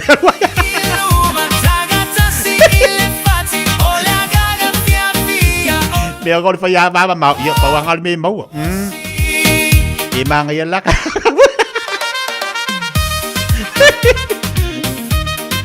Dai bale wati ia leo te valu minuta tale o leitu la se fu male lua se beniso tatu faringa. Talo falava o lo wingo o nei mai imisau training. O e mo o mia singa luenga i le customer service, hospitality, bo le avea fo i maleo leo, e mawhai ona fisosoani atu le imisau training. O lo o iei la mātou au fisosoani e tai malango ina oe, ma a whai e te anga waa, e mawhai foi ona e a ongai au noa ma se tutongi. Asiasi mai i le imisaltraining.co.nz be vala au mai i le ovalu selau lua wha tolu walu. Lo lumanai e amata I nei. Fiafia Mai sosa Omega ka Ia maloi moa Omega ka Sabale tau mo fie Omega ka Fili mai loi le Omega ka Omega Cars, lua selau Cavendish Drive I Manukau. Po le telefoni o iwa lua vitu 5 tasi lua. Susu mai Manukau ne Omega ka Umalole keisi le Omega ka Au kilani wa esa uni. A fio mai loe le Harrison's MZ I o tahohu le fale ofu polenisia pito I sili o na tele ai la e moa liin tamaita ai mawhanau. Mai ia e sui ai la e o oi mea lofa ma Sylvania e maua o mai ile no fuanga tasi. A fio mai ma fa ilo mai le Harrison's 20 e to asia ai le 20% mai o loa ufa pa uina. Io e ta o mai le Harrison's 20 ma surfe ai le 20%. Le Harrison's NZ I le 23 Hall Avenue o Tahogu e te le fiamasia. O e fufu e whaatau ese lo fale. E te manao I stangate whaanongo ia oi, tau tua mo oi, ma malama I launga ngana. Wala au mai loa le malu mawhatau Bob le malu. I le olua lua, tolu ono o, 5 lua iwa fitu. Olua lua, tolu ono o, 5 lua iwa fitu. Ua mawhai o na aura tula polo kalame le leimo o ia so taitasi, o na o le langolango malo si le fale maliu, a se alo le atunuu, o ese tātupu Funeral Directors I Manukau City. O kalame leimo o he tālu falava. Isa ia fast food o lana fai po todos fulman tasi. A o e whaatalitali I le alii. E toi whaafowina lo lātou malosi. Lātou jesi ia e apau. E pei o aeto. I le susuenga I le manulele le nei o le aeto. E whaatusa le aeto o le tupu o manulele o le vani manimo. O le si malosi iai le aeto. O le aeto mawhai o na lele maua lunga lava. I se maua lunga e le mawhai e isi manu lele o na o iai. Vapela iai le manu lele lea e whai mapale tui o le aeto. O le manu lele lea o le o reva. O le ami o le o reva. E lele le o reva nofo I le tua ua o le aeto. Ma tui ma tongi. Pe ia futi le ulu o le aeto. Ai whapela e le popole iai le aeto. E tuua ia le o rewa e whaila na amio. Pau le awala le aeto e whai e alu ese ai ia le o rewa mai lona tua ua po lona tua. O le lele lea I lunga le maulunga. luma lele luma. E o lo I le vani munimo lea, wa le manava I le oreva. Ona oso o se loa le oreva, mai le tua o le aeto. O le winga tonu lea, o le olo tuisia mai, e le profeto Isaia. O le tangata ono sai, ma whaatari tali, a o whea ngai ma ti ngā ma whainga tāo le olanga. E le vale ase taubi. E iai le sautonga ma le manuia I lona muli pea ma whaatari tali I le atua. Ia e tā ua lo tātou mataala ma ono sai I tamai o rewa ia o loo lave mai ia te oe, whaati ngā mai, vai loto mai, po a ma lava ni winga o loo te mai ia I tātou mai ia te oe. Ia ole me sili o tātou ona whai. Tātou pipi a Yesu whaatari le whaapipi apa au Yesu. Ona tātou whele le iai le maua lunga lawa. Lata ia Yesu. O ina. E le mawhai ai e le whili. Ona o so whai ma toe wha lave mai. Ia te oe. Whaapipi ila I o apa au Keruso tātou te while muai. Ma manatua e le lei mo oe. O le ese tātupu funeral directors o se whale maliu Samoa o le tali foilea o taimi whengata o na o le malanga al maliu maleoti e mawhai foi o na lātou awina atu ma awina mai tino maliu o e pene mai so o se atu nuo lalolangi. Wala auno le ese tātupu funeral directors I le lua no lua toru fitu o pea whiwane e le se fulu malebalu Norman Spencer Drive in Manuko City. This is a huge reminder. Sorry, that was a bit much. This is your big reminder to do that little job of getting your winter immunisations, including flu, booked in now. They're available through bookmyvaccine.nz or your healthcare provider. Ashik Homes Limited. Wale taimi mua moana nei o mawhai ai ona rent to buy. E yeisau kiwi save money nei e talaf. E mawhai ona mātou fisosoani. O le finance e mawhai ona amata mai I le 5% le deposit. Whaatau sao mai I lātou e whausia whale. Whaingo fie mawale. Ashik Homes Limited. Whafso tai mai loa Shemaima I le olua tasi lua fitu o valuli maiva. Olua tasi lua fitu o valuli maiva. Ashik Homes Limited. Amata I le aso mo se tae au manuia. Hey, don't be that guy. Or that auntie. Ignoring a sore throat. This isn't just some drinks and lemon tea in your sweet situation. Untreated sore throats can lead to rheumatic fever. Nobody wants that for their family, eh? Go get your Pepe's sore throats checked at your GP, school nurse, or pharmacy. It's quick, easy, and most importantly, free. So come on, whānau. This summer, take care of your tamariki. Get it checked and get it treated. For more info, hit us up on socials at Stop Sore Throats or visit stopsorethroats.nz. O le kawashoa o lau kamufani inisiua e tautua mo oe ma e pele yate oe. O la mātau au aunanga ua iai a li matamaitai ua uma o nā o tauina e ngā lulue whaatasi ma so o tau au ma oe ma lau ainga ma so o se whaala putoputonga.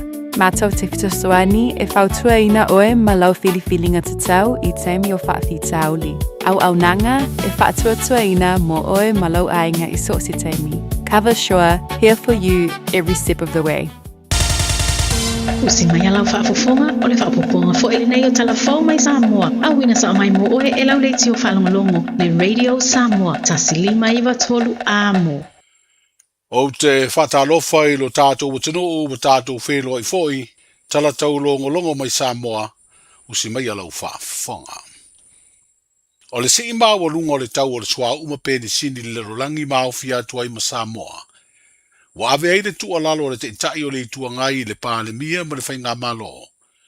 Ina ia sila ni awala I fesoa soni ai. I le si itanga wa iai nei le tau o ia o loa mana o mia.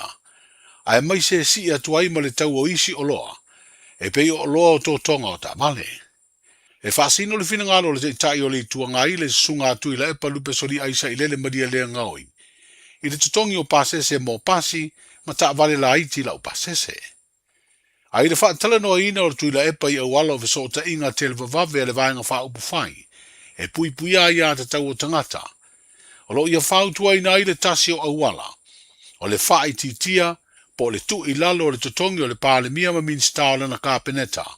E pei ona whaia le malo fiti.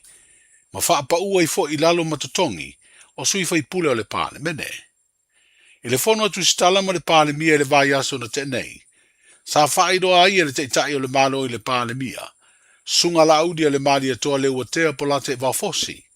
E le mawhai o na alo ese Samoa ma le tūlanga o iei nei le lulangi i le tau o loa tau sua au ma pensini. A i le whai o se si itanga o le tutongi o pasese mo pasi ma ta vale la iti la u pasese o se tūlanga o sila sila iai le malo.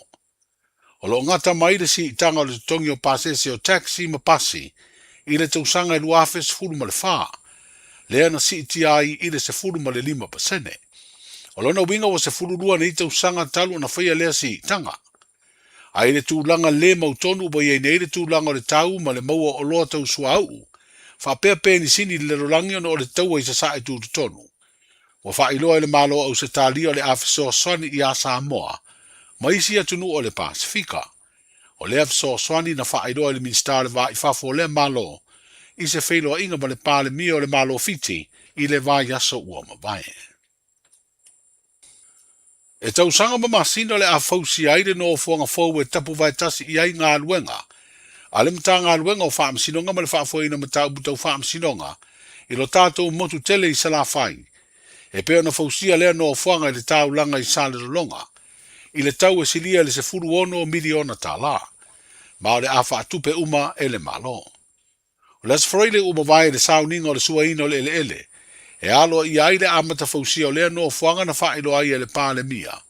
Le ave o le wha mua mua le malo le fausia o lea ngā luenga, ma ua vai ina i vai ngai tonu. O ia vai ngai au fiei mo ta wha masino mo ngā luenga le wha masinonga, o le fausia o le ofisa mo ngā luenga le mta ngā luenga. Ma le maota e wha mautu i ai, a fionga i ali ma tama i tai o le wha masinonga. E le ngata o wha masino o le wha masinonga o sori ngā tū la fono. A o wha masino, o le wha masinonga o whanua masuafa. O le wha moe moe lava ia o le tātou whainga malo. Ia whau se no whaanga mautū le lei mo le wha masinonga. Aisea, sa tātou i lalo uma uru lai o i sa longa i o i tō sivi. Tātou asa mai ai le ngā luenga i le nei fia tausanga lea wa o vātu ma le ono se furu tausanga. Whai le ngā luenga a li matamaita i whamsino. O e fo na moi malaya na vea whamsino siri tai mo sola. O e fo na moi malaya sa ngafa mal tautua ina le whamsino nga iona vaenga esese.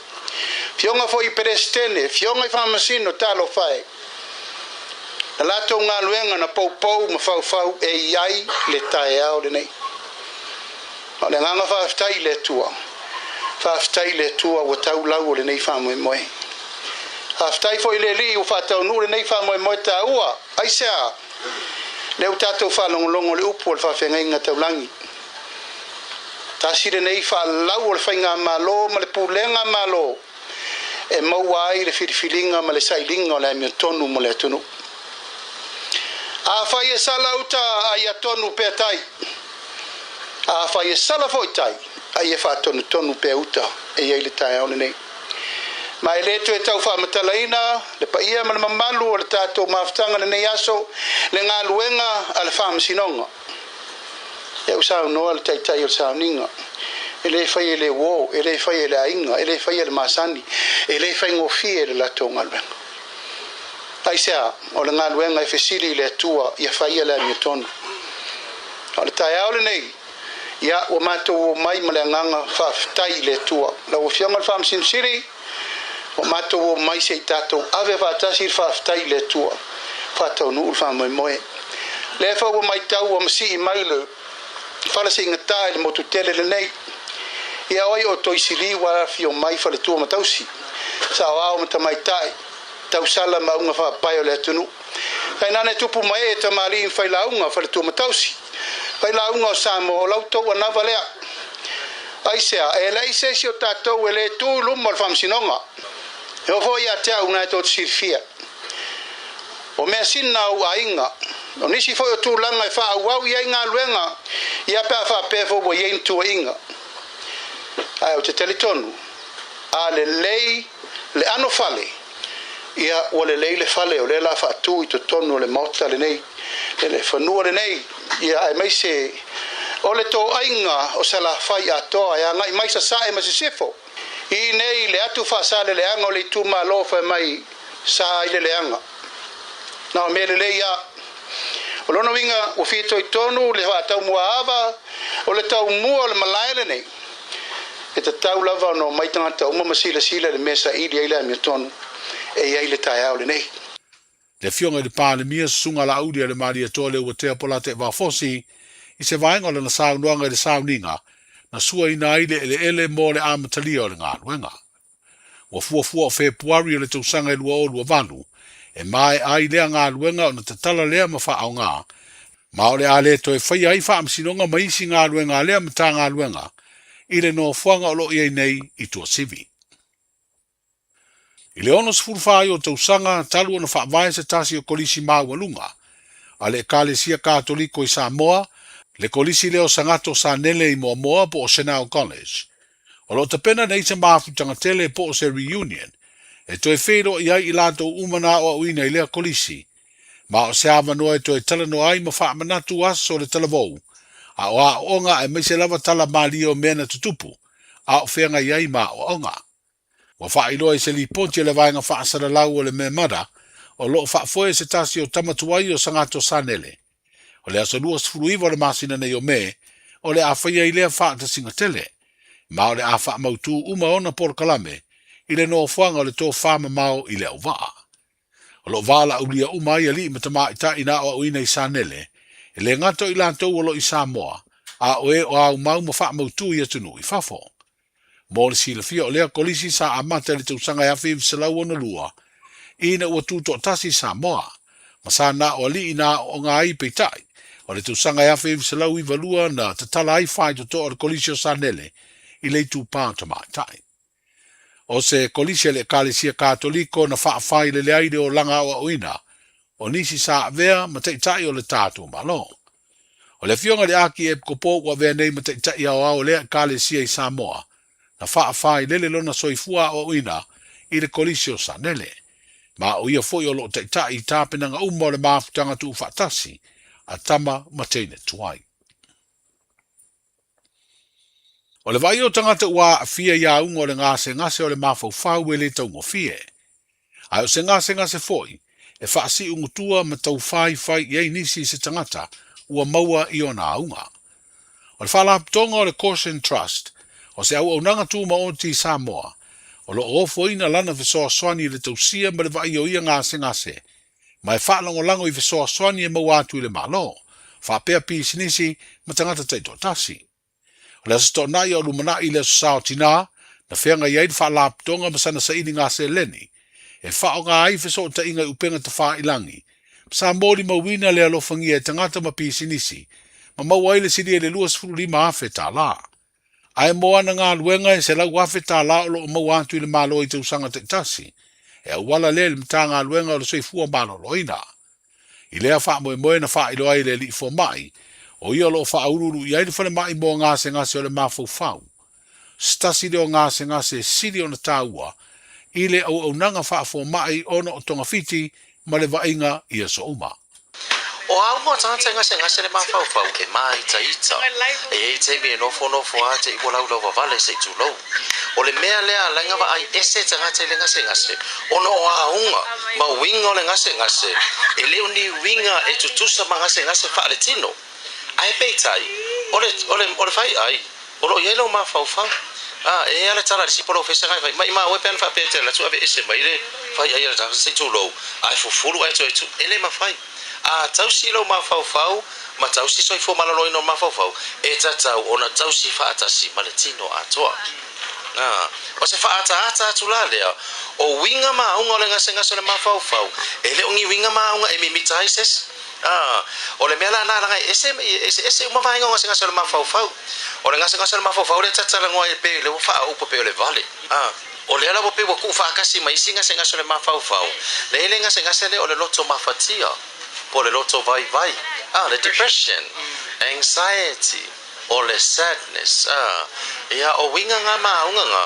Iu fa pesi nga sa pe o lo tela tuli o le more depression. Ai ki wo fa pesi nga kalo o ngole aru umai fale vale. O ngole na nga o le nga ngana nga lo tama fai nei. E ta pepe fa te a ese aksu. Ai fa tu ia o le ngase o le mafau fau. Le li fo mai o lo fa aururu ia i le fale mai o le ngase o le mafau fau. I le mauta ngase i mototua. Le sunga Dr. George Tuitama. I sona fina ngalo upenga te wha ilangi na whaasara lau wairi sa ili ngase leni. A le Cause and Trust. Lea ua si tia lana no fuanga i vailima. Mai to se fulutasi ngase o le mafau fau. O lo wha mautu wai. Wa amata le fono wha le tausanga le kālesia wha apriputonga keresiano Samoa i Malua. I le nei vai aso i fono tanga masani a komiti. E ta pena ai mata upu mo le fono tele le vai o sa fau. O tumu ai le lau mua le kālesia e whakasa. I usu ngā fono mai atunu e peo Australia, o New Zealand, ma Amerika. O le tausanga nei e peo na masani ai. O fono tele muri mo nisi o whawhia ngainga. I la tau o le a malo o lo pensione. Ai whapena fo i nisi o whawhia ngainga. O lo umia to finga o le lau o le fono tele. O na ua wala uina mo le tausia o lotu. O le tasi leo fono wha le tausanga i tausa ili ei awanoa i malanga vaalele. Ona o le to tele usu ngā fono e malanga mai mo le fono tele. Mai whapena fo i teimi, e usu iai nisi o fono wha le tausanga nisi o e kālesia. E pe o le konefere nisi tele le kālesia metotisi, e usu ia i le masino i ulai o tausanga taitasi. Talai o rena yaso, soifu. Pui lo a inga i le tau malulu, au e te whaatali. Whaatonu nei loa lau tui ar fulu, a whai wono li mau tausanga pe o vatu, pe maua o e singa se tu mau, mai tanga, po maua fo iso walo i singa se tau manawa. E ma whai o na whai a fua lau tui ar fulu. Tanga ia nei le upenga te whailangi, bookmyvaccine.health.nz, e vave to e whai ngō fie, mō whapesili manisi whamtalanga, really mai le vaccination helpline, o valu se lau, lua valu lua iwa lua ono, o valu se lau, lua valu lua iwa lua ono, po o le fono, o valu se lau, tolu ono ono wha valu, o valu se lau, tolu ono wha valu, e siri le puipuia na i lola tonga fitia, whai nei lola utui ar fulu. Ta lofa lava, o le siu fofonga le nei o Samoa, le Radio Samoa. Ta lofa lava o te roa. O le tala fiafia, ua whaiti te nei tausanga mai le ono sa fulu lima sui walu tausanga le matua o le soifua. Ua whaatinu nai po le kalame o siaki ma wha ata o le kanesa o tau fale. E le esenga le winga tele te whaia. E au lia lo le lima walu po le lima sifulu iwa tausanga le matua o le soifua. O le alafo fu atu i lau pusa meli, ia le pusa mo susu enga ma wha ata o tau fale. Ma wha manu i atu lo waso whanau. Ai o le vaenga le leiai. O le a maua fua pusa ma mea whainga luenga. O le whaatinu i no ia wha ata masusuenga e tai lua tausanga malafu atu. Se ia o lava ina i e au lia le fitas fulu lima tausanga le matua o lo soifua. A vave i loa, ma maua a unga o le kanesa i le amatanga. I susuenga ma wha ata o tau fale. E ma whai o na tonga fitia ma le manuia. E le aise te tonu. E vave ma whai ngofi. O susuenga ma wha ata o tau fale. E ma whai o na wha asao i naiola. A maua lola pusa. Pai loa. O mana o mie oe po se isia lo a inga se fisoso ani tau whi malanga inga mo New Zealand. Ima ta au poe peo le vaita mai no whanau po ngaluenga. A whaia lau tali o le ioi, wala au loa Ken Ferniho o le Fern Immigration Services e iaila na lai sene. Ma o silia ma le se funu lima tau sanga hola na tau tua. E toa tele tangata o fisoso ani iai Ken, ima ta au pu tau whi malanga inga. E awhia ima ta au pu na o atu le tribunal. Ma apili le minister. Tanga iana e le Facebook, ma le openga te whailangi I Molimau. Mo nisi whamtalanga, wala au mai le Fern Immigration Services. O luatasi, tasi lima tasi, o lima. O tau sa ili se sa mo lo ainga. Po tau sa ili sa umasini tutua pe o le Hilux ma le Ford Ranger. O le au nanga ale kaseti, e whaafai mo fie mea uma. E te alu ma lau ta avale. Ua e malie atu atoa. Talia le te tongi vaiaso, lua vaiaso, pe maasina foi. Tu atoa lo fa atu atuanga I le kaseti, te tala fitu aso, tu atu si fitu tasi, East Tamaki Road, Papatoetoi. Telefoni lua fitu fitu, ono fitu lima fitu. Lua fitu fitu, ono fitu lima fitu. Mō tā penanga o whaamoemoe te tele, whaafesilta ai le Lux Tent Rentals. Maua whale ie, nufoa, lau, stage maisi, viri mai loa sa Taj Singh i le olua lua, limatasi o limaiva lua tolu. Olua lua, limatasi o limaiva lua tolu. Te alofa Samoa o Mr. Cowboy le nei. Whaafafonga ma mai mo mai pēr i le Radio Samoa. Yeehaw!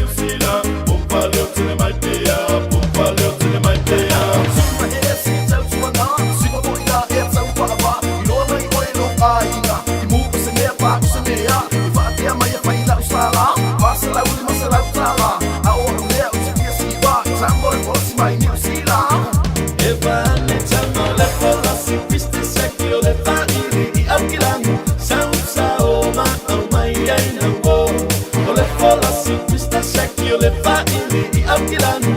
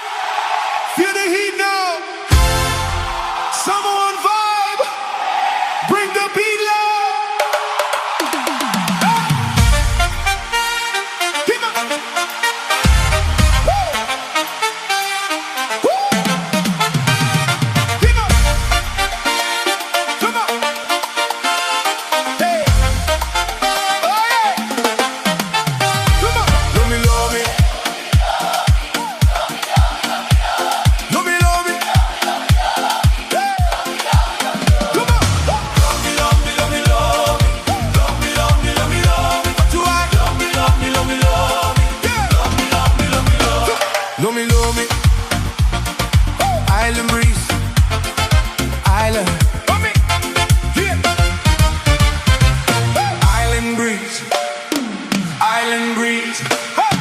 Island breeze. Yeah, island breeze. Island breeze. Feel the heat now. Someone vibe. Bring the beat loud. Love me, love me. Move your body nice and slow. Then we speed it up. Let the whole vibe go. From the sand to the street, through the baseline drop. See for all night. You'll never wanna stop. Come on, come on, come on. Love me, love me. Luas futbol minuto c'è del Giulia se football lua. Sunshine drip. Tatu chala fobo, tatu chala bisa bo per fa fonga by for ni te bele oli. The good times flow. Now for no to wina ti an to ya wala fa fonga. Boy la tu le mau tatu chala nai li tayao. Ala wa me fa no te fa ngolongo ye le ni te molenso. Dale tu le fit tu le fe fa nei la to ya wina murmuria tu ile tatu chala le so. Mawolo le sifa poponga le so an tayao le lo fo molanga le tua. Aga ya tu le tu ni to bofta vai ainga malo longa le fo yaso. Mapu ti fare ainga. Au ila tu le na lo malo lo atu ila tu farfenga luenga. Diso ila tu lo mafuta vai moto malau. Tanga foi ila tu tu manga luenga malo lo atu ila tu ainga. Ya malomi lomi tu malaso loa. Ya wala. Ada lianga lobi dia songa fua il lobi le foot malaso loa. Ai lo minga la songa fua pe fa finga ka. Pia balo fa marka ma ke fiwe lo mi la solua e lo mi akua o ngapi ngari mudimu pai le mula ia lo sul family to check dari Julia se football lua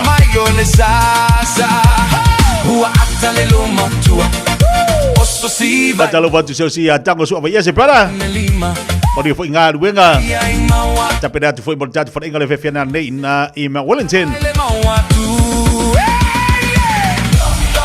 Lobby.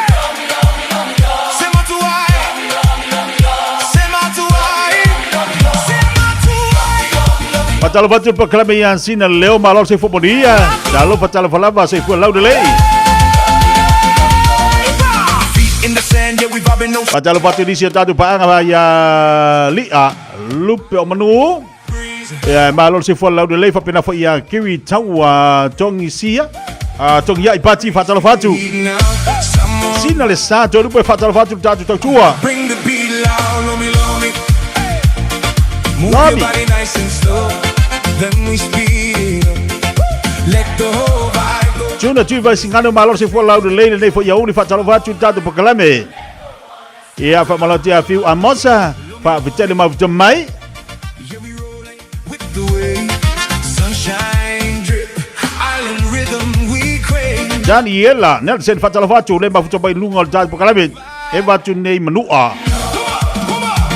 Sungal fa venga ya pa John Pasi para. Malor se for moria malo for lag ma. Sei lo lu no fo ma fo fa. Langa ile se va fa tasel matunu. Au tele lo po ani sa. Pea ona masi ia le va fa tas. Pea ona masi le fa tas. Ao na si le fa tas yo le tu unga pe abin kole ninga. Ia abesala mo tu unga. E ni sao afio anga. E ni sao afio anga. Kawa yo me lo ke do kiki. Pa walo ta longa lo te lo ha uya ona masi matua ye yo na sa. Ia ola kapi sia. Ai pe yo ta longa le langa pi fo mo la kapi nei temi. Au kiki fa Samoa la balato. Tele na sa. Au tele lola I fautas. Tele lo I fautas I pe ye ni sa fautas.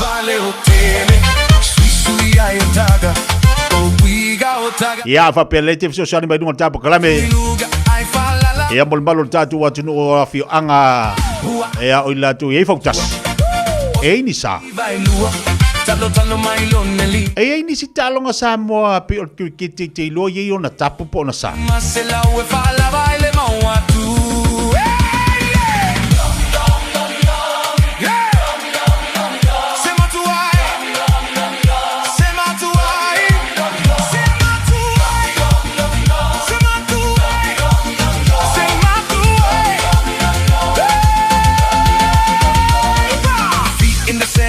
rubbing, no stress. Coconut drip, island girl in a dress. Ukulele strummed in the 808 bang. Old school soul with a Sende, ali sengi. being nice to the city lights glow.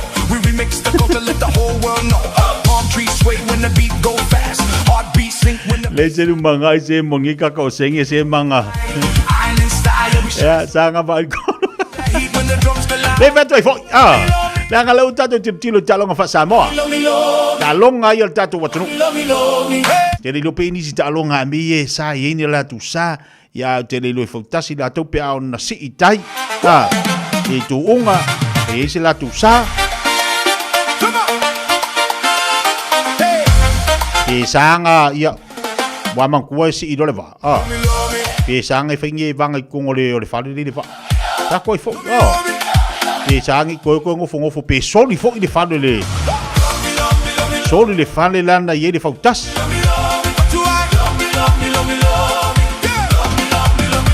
Tali mo tabele wa leo lua se fulu valu minuto tele jula simo lua. Island. Island breeze. Island breeze. Island breeze. E va kwa ni sa. Yeah, island Ole aku ngurang gitu de ma. breeze. Feel the heat. Ele mi kai se si se. Vibe. E va ku po asa fa kasi pe fa me sang ko mo ngari. Move your body nice and slow. Then we E malo ulu. Ma puto e malai na imele pori Australia. from the sand to the street through the baseline drop. See all night. Come on. Lomi lomi. Atalo pati Ramona ama malo si fo lau de lei. Sunshine. Yo talo fala fa si usia tim seve brother. Padu yang alu yang de yaso. Adio job. It's that remix vibe. Le ai ole sa ola ofisidi. Mo sa ia mo fautas e mo fautas fo ia pe on ave tu unga po ani sa fo ia pe or kiti. Ia man tu ole o man tatu tata no sa ta longa kiti la to e pe or fautasi. Ia wa tau fo ni sa e a me sal mele wari la alu va tu unga. Ia me sa la mo ngo fo anga le sa ta o to le va. Ia pe sa ho. E oi. Ya mang kuai ni mo kasi a korengi o me yo au. Ya sa oi la.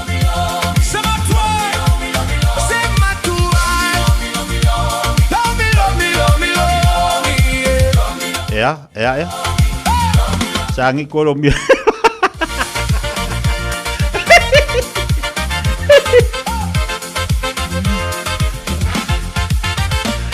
Jatuh Fiafia Mai. Ya lele ama walo bango ma tinko banungol tapo kalabe ya no ulo po asa me ne yo anga po sa focus Pamalo tu lau gasa se melakuka ko venga mo ngase ngo tapo tangal ne yoli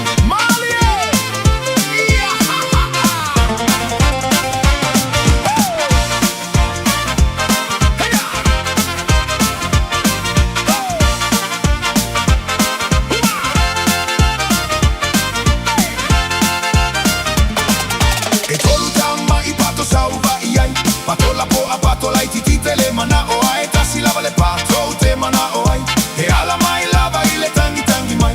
E ala mai lava ile tangi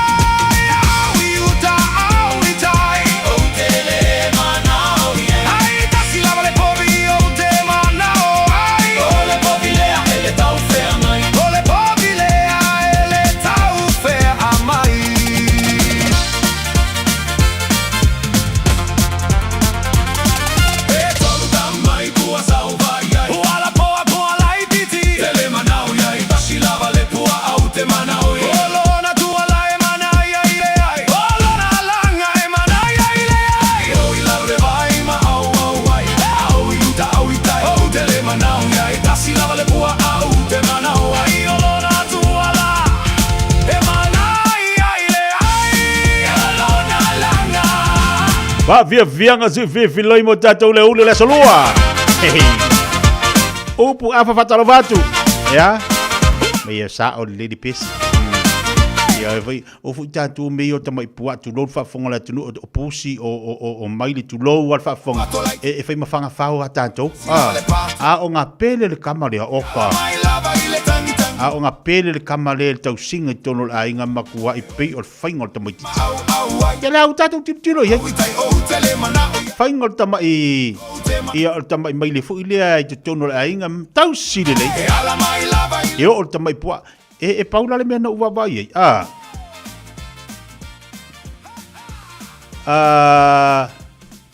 ole o Samoa no tilo fo ile mo le o tamai pua a ona itanga e fafanga lau tamai pua ai te ua fafanga wala ka de fari wa fainga ka funga e kanga kuri fafu ele peila le taifau ele peila le taifau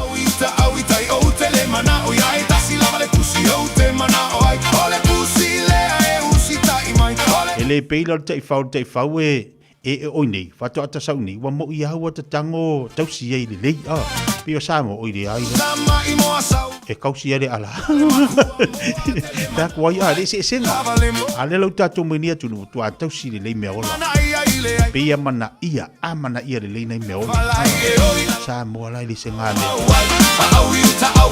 ai me se mo ia ka va ngi ia wa kausi fa le lista I fa wa le si ai ngala to ai pe ia nei ia ua matua tau sili lei ai mai sela mo te fau fatalo fatu tatu watru malora bal ma fa malosi malor sai fatalo fati a pik mama tak pik mama le fauteli alo fatu baru ia fat nei vai ngaloli mai no fatalo fati a mai no malosi fo le lei sa zeli a tu lima fatalo fatu tatu tau tua ei jei tau itua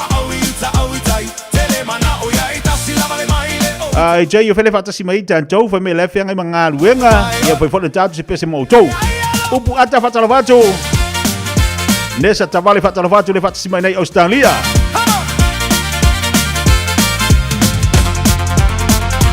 ave tavale fa bar au pele mo tatu ave tavale nunga le tele tau tonalo sanga le mo fa tau tele le mantala tatu mata poto nunga le wala na ile aso sa le o malatua ina na ile aso sa na matua I fatumulia I le nofanga I Otara. Momola au te wila. Momola au te wila. Ka se au ke wila. E lo la sani, la sa te na tua. Na ye la au te wila na I Otara. Ka e o kamai. Ale mela na mana ye na vave na tari leo ma nga I mai leo. Mo le saunga le mu. Ia wa mai ni fa solo atu no le tele. Ia wa saua nga yo tau fa solo mai o tara wa vavelana apa mai ia le malo ma fa tino la tunga lunga tamo fa pui atuai ia ila tu nei te ula vesis a me kama ia e alo ai unga mai ala mu morio ha ka sa uti ti wila o ka sa uti ti wila ia tau tona mata tu a va pe fa fon mai matua e ia la tu alo le oi tu nga me o te wila fa pea ia fa inta tano ia fa so ia fa nau tau tu na o le sia vita vale tu lo al fa fonga la tunu le sia vita vale se le fa utauta e malova fo ilunga la wala e ne te wal watu ar ta vale la tu so o ai la tu ina a fa pea le te fa fonga mai tatu a inga Samoa e iai ni so la tu fanau e la vela o te wila fa pe lunga la tele tau tona o fa mana tu ai te tia mo le saunga le mu ai mai se ia mo se ainga fifia ai tau ona yele tu olalo tatu matu ma fa tonu le fanau sana I tu hel te wila fa pe la kama fo ile ero wa se sil pa uruma io e alu pa ukasi o ile ai ele kalangol pa ukasi de ngapea o ngapingir ta van ole fa balatu mo tatu wa tunu mo tu alalo tatu pakalabe vai le saunga le mu ia mai tawina fo I tatu I tulanga pe ona iai ai le lunga la tele ia wa lava le pupuingo tatu wainga los por tasi minuta tano le tu light tasi talo fatia pasiri ko lama lo se fo la lei Nimo Koe veanga ele i muri lava sa tu unga. No po mai no po yo au tapa se I fai ata sautala. Pea I se alo na mafua anga ua lai one fa pena. Ua fa asusumu solo mai o ngutu uele fai mai aita. Ua pea o se pangota sa loka uele ai o se tamasa ninga. A o lau upu o malia lo loto o te o atu ilo ainga. Ua leva ona fa atali mai ua fia va ai fo I lau toia ina. Na fai o le tone fai se tala noanga na o oe o le tino le whanaunga. Ai muli muli ane ua fa ai lo mai o a ua le a fa au. Oi se soia sunga o te le fai alo fai unga. Na o le tasima pau ai lua patatu o le toluangi lo au. Oi se soia sunga e lei muli lava sa o tuunga. Wale lei foi le asili ona fa uma me asili sa tamafuta.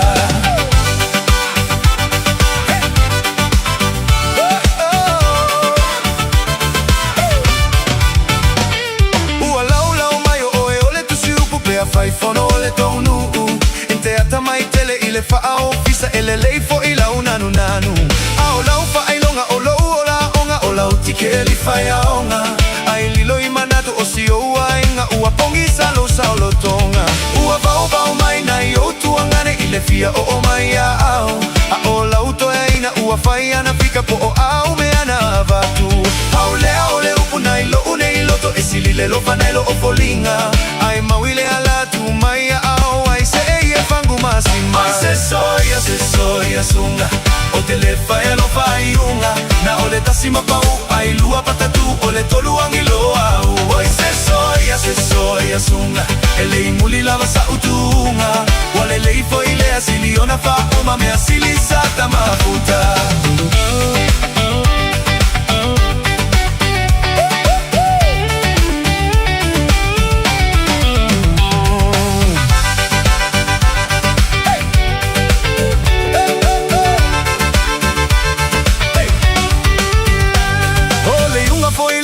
Ai fa pea va velava me fa apene ai ono sa ia o me alava e tutupu ile tato la lo lankine mumu falo singa mumu falo le talinga se io o ile aso o lo iva masina tausa o lo ai se soia sunga o te le fai lo fai unga na o le tasima pau ai lua patatu o le toluangi lo au ai se soia sunga e le muli lava sa utunga wale le fo ile asili ona fa uma me asili sa kama futa ai se soia sunga o te le fai lo fai unga na o le tasima pau ai lua patatu o le toluangi lo au ai se soia sunga wale le fo ile asili ona fa uma me asili sa kama futa. When you shake up I'll bring you Samoa.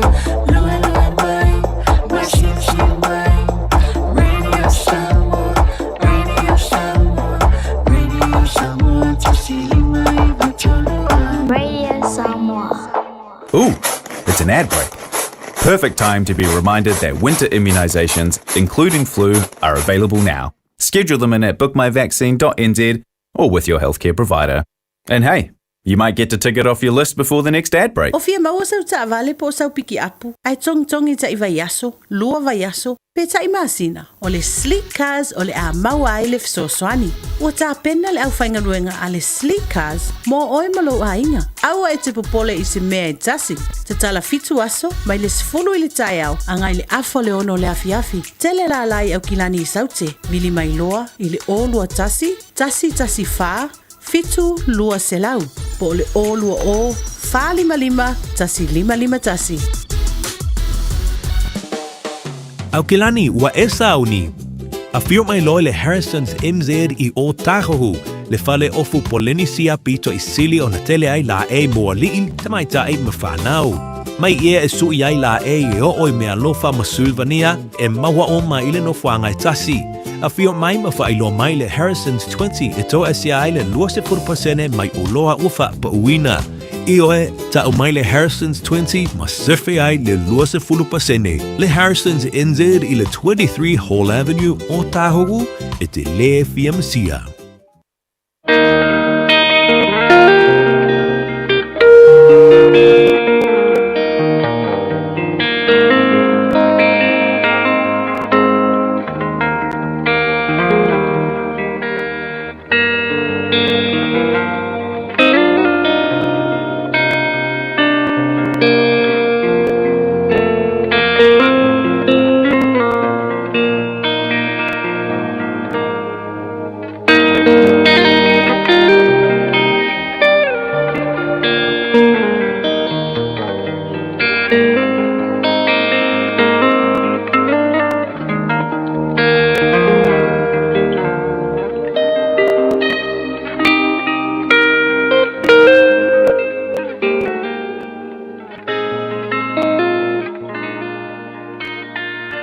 i tau mō le aso.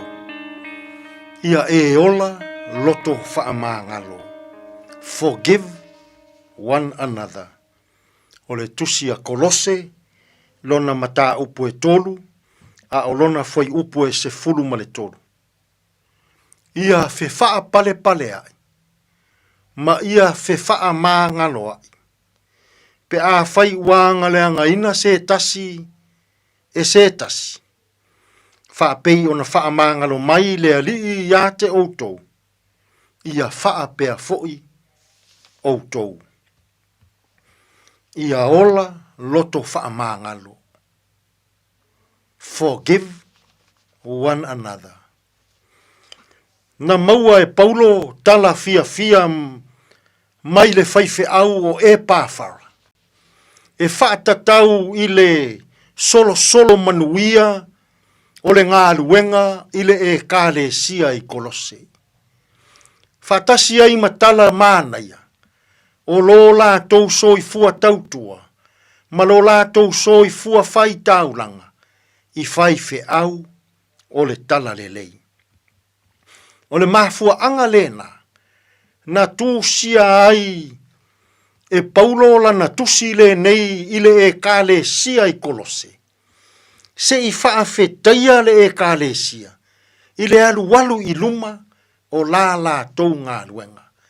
Se i whaafetaia Kolose, i a la tau taulanga ma le tausinga o whaife au. Se i whaafetaia Kolose, i lo lātou wā mana iaina, ma lo lātou mana tuaina, o le nei pāngo tā, i le tala le lei. O Paulo. Whai mai le whinau mālosia, Paulo i le e kāle sia i Kolose. O Jesu Keriso, o le tali lea o mea uma. O le mana, o le pule, ma le mālosi o loo umie a ao Jesu. E sili atu, nai lo mea o le vani monimo. E sili atu, nai lo a ngelu. E sili atu, nai lo isi tangata, lea ua tā lai se i totonu o le e kāle sia i Kolose. Whai mai, o whai a onga tā ua ia, e maua ai e tangata whaatua, le ola ma le whaamangaloina. Whai mai le whinau mālosi a Paulo i le e kāle sia i Kolose. Kolose, nā o Jesu e mā ngalo ai au angasala. Nā o Jesu e te maua ai le ola e whaavavau. Ua nā o le suafa o Jesu o le tali lea o mea uma i le nei o langa. Samoa ai, ua tele mea ti ngā, ua tele mea whaingatā e whetai ai mai tātou i le nei ola. O le loto le lei, ma le loto whaamangalo, o le isi lea mata upu tāua, sa whina wina e Paulo, i to tonu o lana tusi, i le e kāle sia i Kolose. E ui o lo momoli lana whaafetai, e ui o lo momoli lana whaamalo, e ui o lo momoli lana whaamalo si au i le ngā luenga ale e kāle sia i Kolose. A e momoli atu ai manisi o ana o aonga tāua. Whai mai Paulo, ia o tau maua lea nganga o le whewha mangalo ai. Tā ua tele i a Paulo. Lei tū lea e totonu o e kālesia. Whai mai Paulo i a Kolose. Sea lea o ngā i te fōa ia i lea tua, ai te le loto wha mangalo. Sea lea o ngā e mau ai lo wola e tau tua i le e kālesia, ai te le loto wha mangalo i le isi toia ina. Sea lea o ngā e alu ai lo taimi ma lou ma losi e tau tua ai le e kālesia, ai te le loto wha mangalo i le isi tina. O le isi le i tūtāua, i to tonu o le tusi a Paulo, ile e ka le sia i kolose. Fai mai le tala a Paulo, kolose, ia o tau maua le anganga o le loto wha mangalo. So ia le ola wha walunga. So ia le ola tau i masui. So ia le ola tau wha leanga. So ia le ola wha walunga. A ia maua i to tonu o e ka le sia. Ia maua i to tonu o atu nuu mamalo. Ia maua i to tonu o whainga malo. Ia maua i to tonu o tāpua inga. Ma to tonu o ainga. Lea nganga o le loto whaamangalo. Samoa ai. Mana ia si lui tau o Paulo ele e ka le sia i kolose. Ia maua e kolose. Lea nganga fe whaamangalo ai. O le tasi i le isi. A fai ua ita le isi tangata i le isi tangata. Fai mai Paulo. Tasi ale vai fofo. Ia e maua le loto whaamangalo. Ile nei fo iaso. Ia tātou fe au, ma a tātou ngālua. Ai a pe a sei e loto whaamangalo ia. I le nei iaso. Ile tangata ua ita mai i a te oi. Ile tangata ua lele lei mai i a te oi. Ile tangata ua anga leanga mai i a te oi. Samoa e tā ua le ola loto whaamangalo. Tātou te talo. Whawhetai le atua. Ua e a o mai le tā ua ilo mātou vāno nofo. Ia mātou maua le loto whaamangalo o le tasi i le isi. Whaamanu ia maia ia mātou whiau mga luenga o le ne yaso. E tonu mamanu ia ai mea uma. Lou lava suafa i Yesu. Lo mātou walii, ma lo mātou whaola. Ua mātou te tālo atua i nei. Amene. Amene, amene, amene, amene, amene, amene,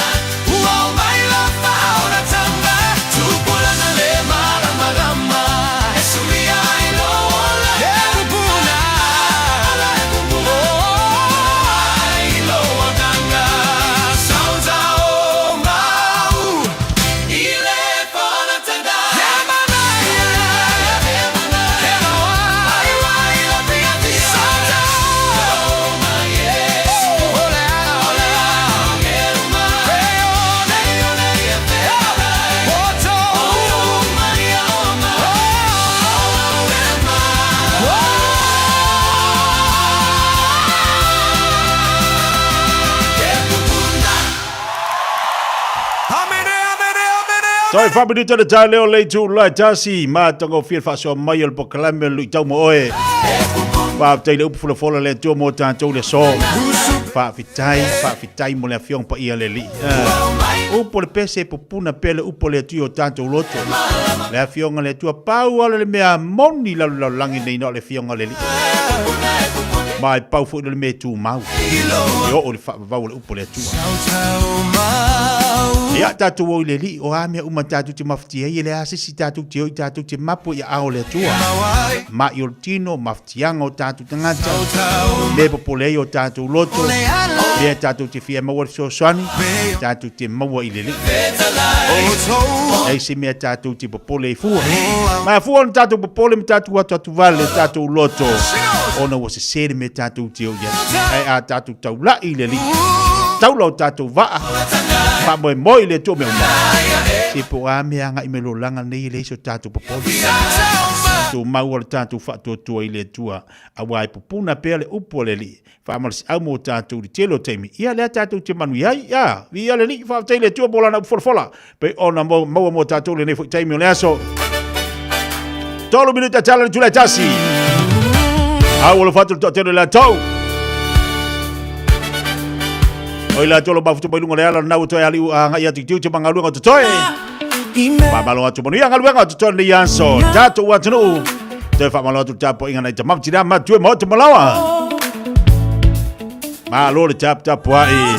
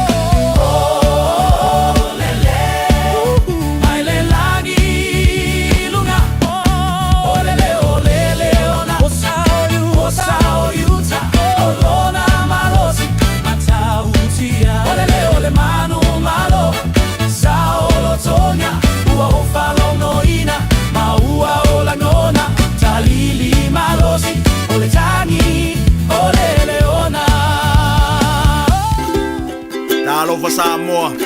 Waule ne yokas putialu. Awal suia lingila wale kio. Aeva eva mai ina se fudu lima iva kolu. Amo. Radio Samoa. Vevela a.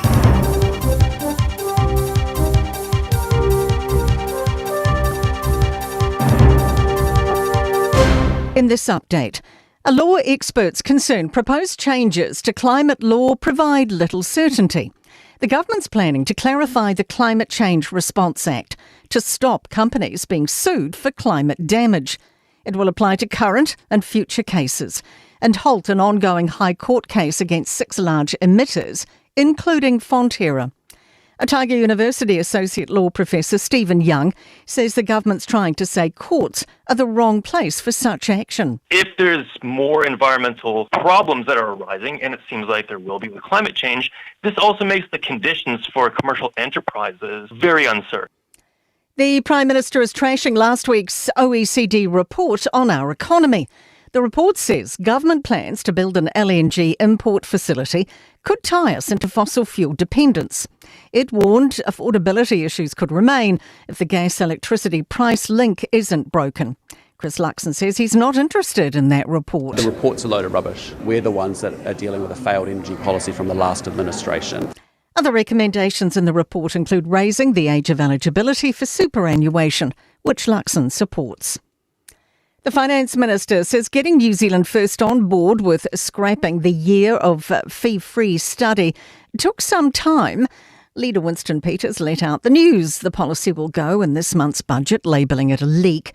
Nicola Willis says the Coalition had discussed the policy for a while. Initially, when I put to New Zealand First, let's look at reprioritising this funding, it's not achieving its stated purpose. They pointed to the Coalition agreement and said, look, no, that's not possible. But we persisted.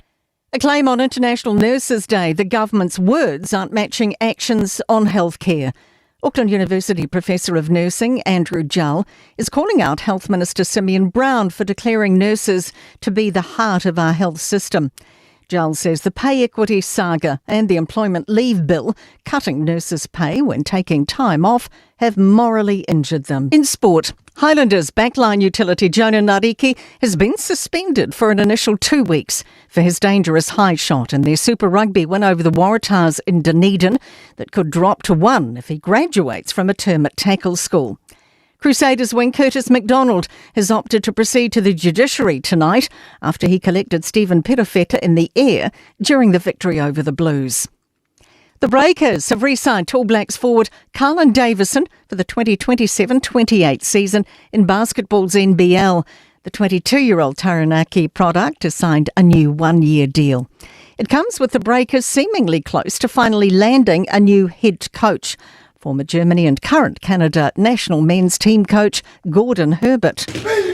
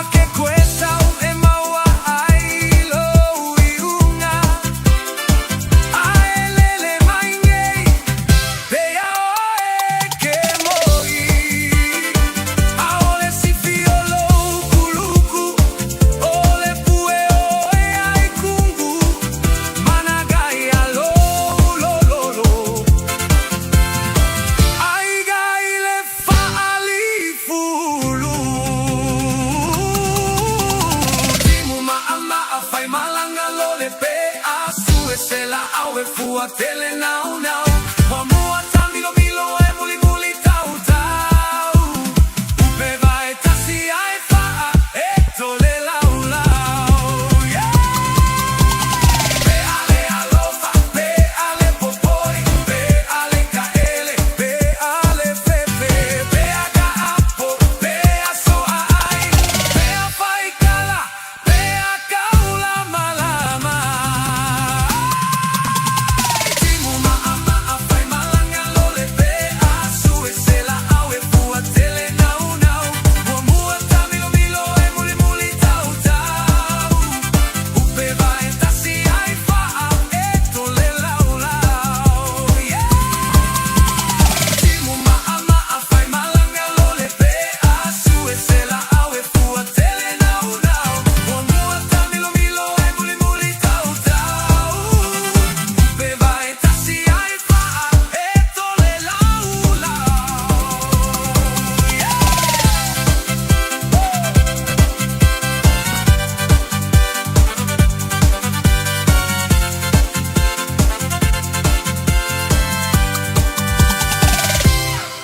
Wa mawana kaulo. Wa mawana kaulo. Ena tangara kina awala chalo tolo telesto. Wa mawana pepa. Ala na bawala otoya vero kina ala wa bawala kina.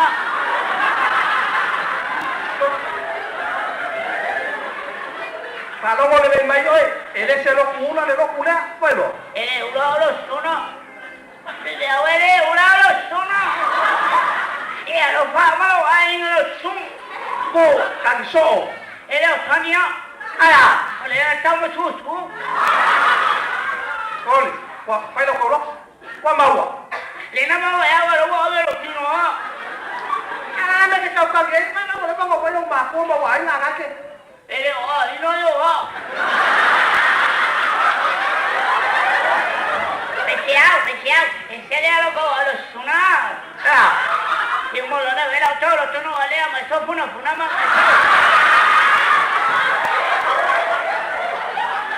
Kole. Ma so tu popo ma so. Ko. So vai salo ma so ko. Ele se meno so ko. Kai lo ai punga fete. Ya. Kai lo ai punga fete. Solo. Ya se funa ma lo funa na ma ya ya ma ta fal. Ya. Pai lo. Ya. Ella se funa ma lo funa na ma ya ya ma ta fal para el semen. Pai lo oso mai a para ko pai lo kaulo pai makanga. Ya mai la velo. Bueno. Ya, o va a ver, no. Ya, o va a ver. Taniso. Ele o ale no tani. Olo mutu. Tena ko olo. Olo mutu le pie, olo mutu. Tena pipi e olo. Ele pipi elo isu. Ole fa solo en una. Tena pipi e olo isu. Olo isu le tu e vai mata. Tena pipi e olo ba. Ai a moto e popula.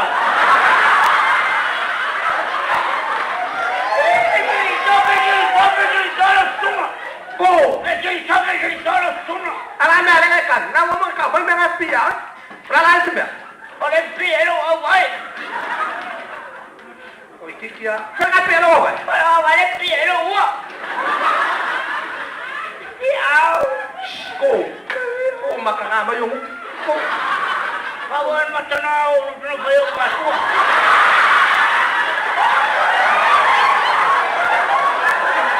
Taniso. Tena pia elo ba. Ole pie elo o. Tena pia elo ba. Ole ole pie elo mata. Poko lo ko ya. Tena pia elo ba. Ole pie elo susu.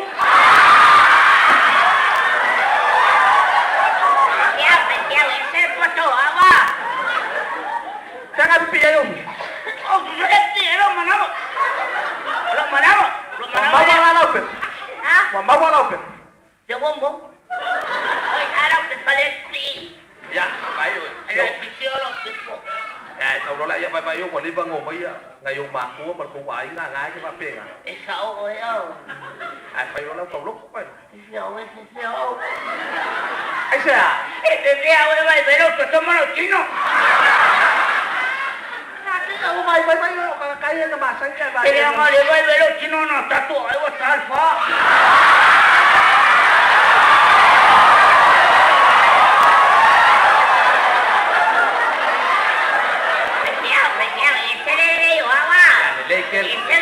Isela wala mana tuna tilo suna. Ya, fai rola un tauloko. Esa ola suna. Ya, fai rola tauloko si o cari, bueno, é un malo ya. Ya wero se atolio yo.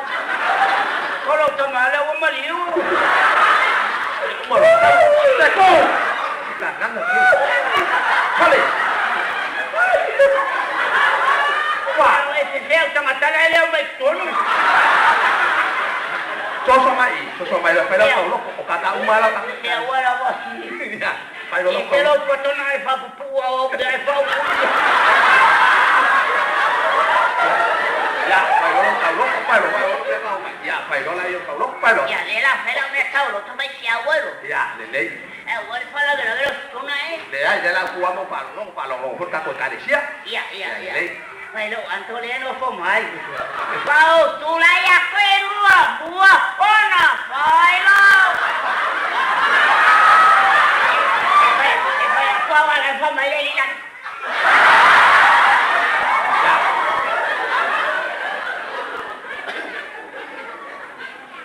Ese abuelo la felo me Ya, pai lo, le vai a fio para carice. Qual leva lo que caru. Ya ese levo. Pullo tu la no le cheno. Oh, tu la ya perua, buona. Vaya, pape, tai. Oh, vale no tai. Tai. Anare ya wa toteleo.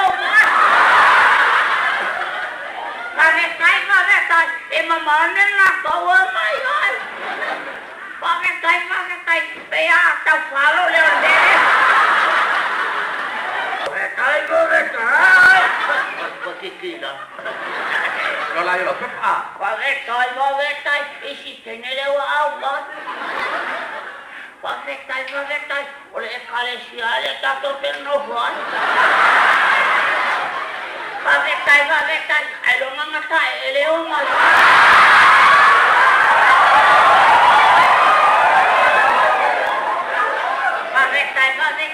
Tai. Ai lo mai fa pesero tu peata mai.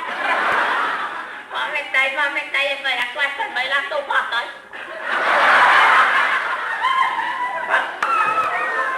Tai. Guarda un vicino e voi le pegni vai. Tai. Dale paura non mette poto ai. Tai.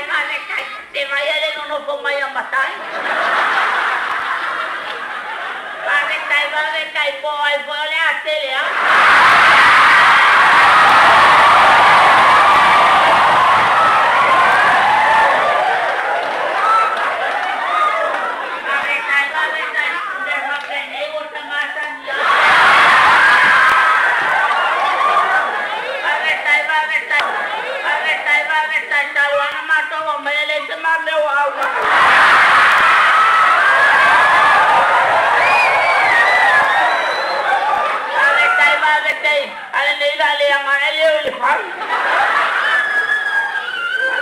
Umana ko rock pe na fai. Ole ai fai ko. Tai. Ale le ala ti no ai fai. Tai. Wa uma. Ya le leken se wakari. Una ya dice sai causi. Ya ko ai na ko rock.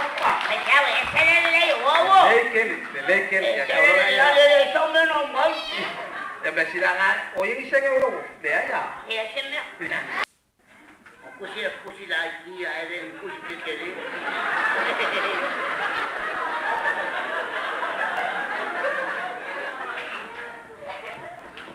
Hey!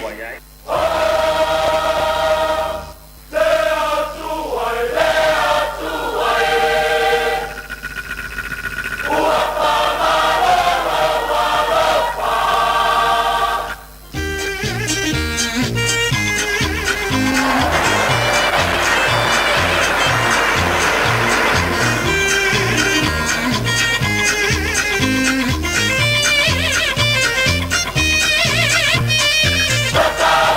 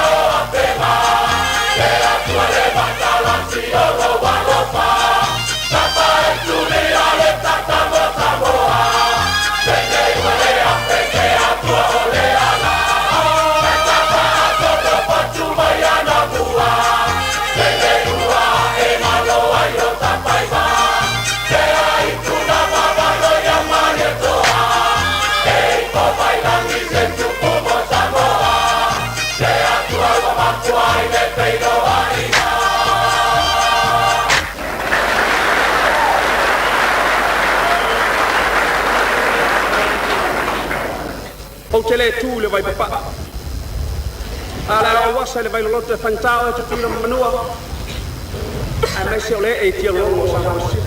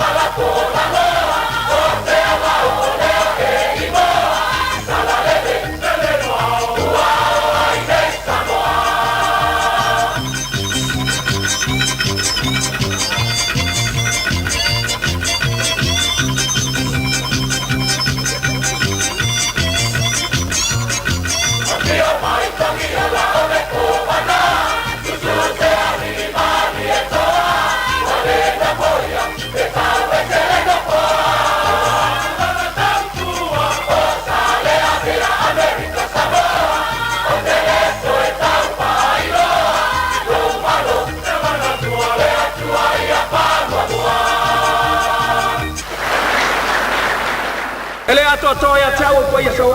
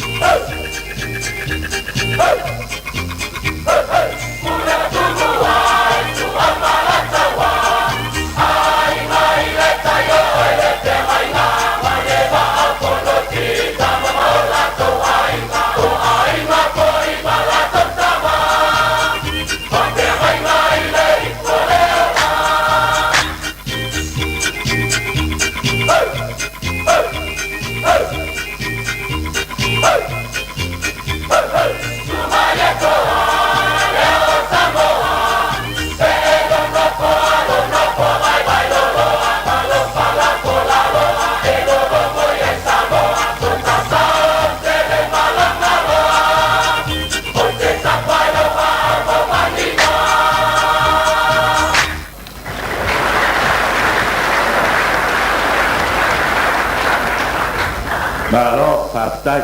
Partai o tau lau al pamama.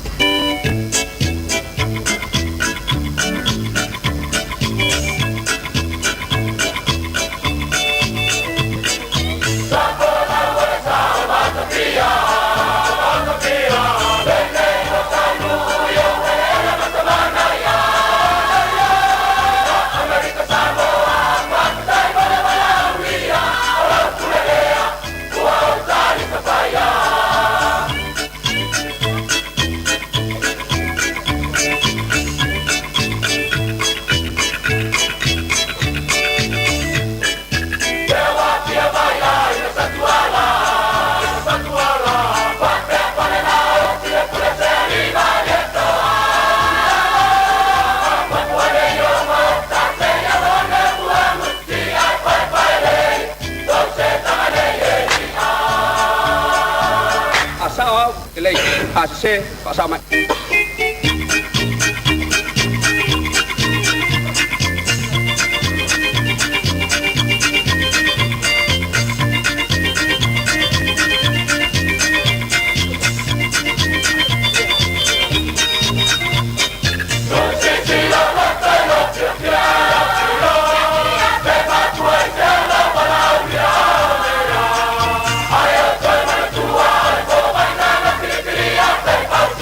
Bye.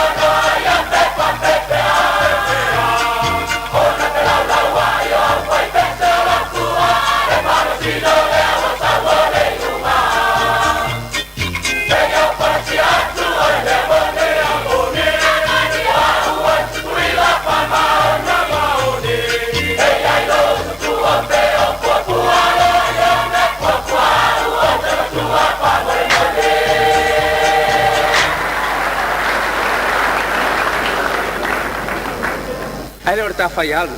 Pua pua. Pe ano pa ya tu ase au pa sa mai. Tai pele wate leo alua sfultolu minuto te nei le tu la tasi nei tatu tala mali fo lia oli pa no file mu ai le yaso ya ile baba ya tu tau malulu ma se fo le to anga ya tu tatu watu tu te manga luenga to toe ni so ila tole na wa am tani fo inga luenga le sifi la tole oli anga ya tu le sifi la fiafi na tau tape nei no fo inga luenga mo sifi po ya ona ya tatu musika ya na ia fio anga le ngata fo ile o tatu musika so ifi doi e vai vanga fo mo malo tatu wa tino se ba tibele wati le ua loa se fulma le fa minute o te nei le tu lai tasi tatu fa silanga lu tonu mai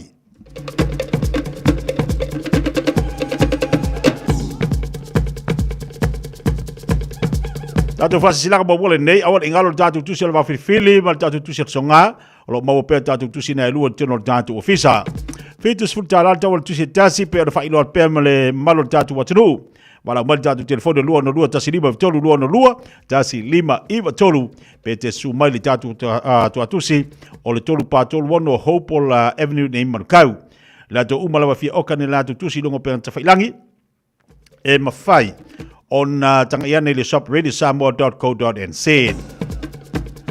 suri uma o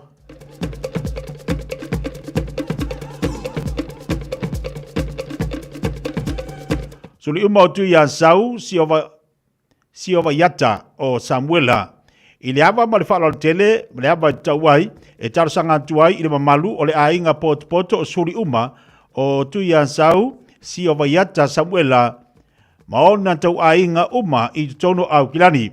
O le afagela le tatu felo inga mua fa le ainga ile asas fulma le lua melu olu ono I Manukau mo le talono ino le tatu fa moe I ayuni lua olu ono I Vaisala. Fa mole fa so te mai tatu telefone le olu tasi fa fitu I vaiva tasi o mole tu atusi fa pe foi Malaysia fa mtelanga fa tai sai ni le nei fa sisilanga por nei fa salunga e fu mono lu isa para si fuiva tu ya sau max malama fa pe foi ma fa muina lai loa afi angale le popoa I savai ano foia fa le mua fale ba ai ma farseu o ti amawalunga ona fa pe le upu se warilingo le fangatia wa paule tu avao ma fu malu o tangata lo le va fili male asasa ngata ona matu fa tu lo le Samoa yo pa ia sau ngata o le ale o ia isa matu leo tu lo na lava ai fa sino tonu le fa silanga I suli uma o alo mtaba whanau o le afi anga popu a savai o lo alalam papa au I tono au kila nei ma so se tasi lava e fia tongi sanamaa a wa lava le wha moe o le toe fausia ina o le malu tapua I e whakasa I tonu o le tātou nuu o le awhaia le whilo inga I le Otara Arts Centre I le aso tonu se fulu o me I le tūlai tasi le ori se pa I le tūlai lima I le afiafi e mana mialo awai mai tātou soala upule I apa whasoa ai lima sultala ia le restala le restala mana tua mai sau la fonga awa ia le tau amtaina o le nei foi fa moe I le ava ma le fa la tele fa moe o le aulia mai le na aso tau poina tatou felo ia I le lofo le tatou matai fa tai se ni le ni fa silanga e le fai lautusi ma le laulau al mautanga o ala mtaba fa ndau popua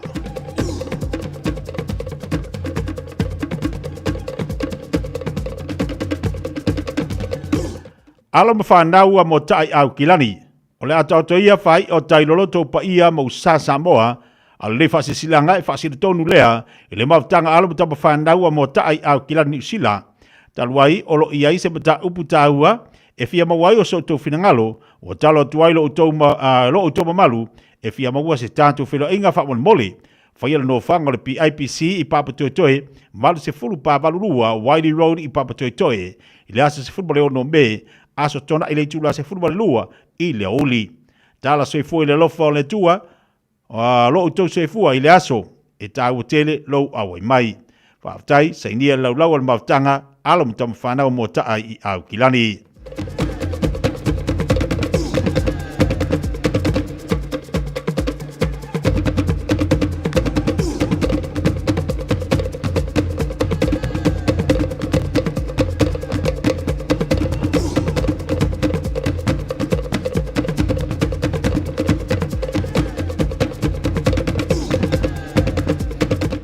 Tātou whasesilanga nei, mātua uma o le unite a le masina maaia I Sutton Park School.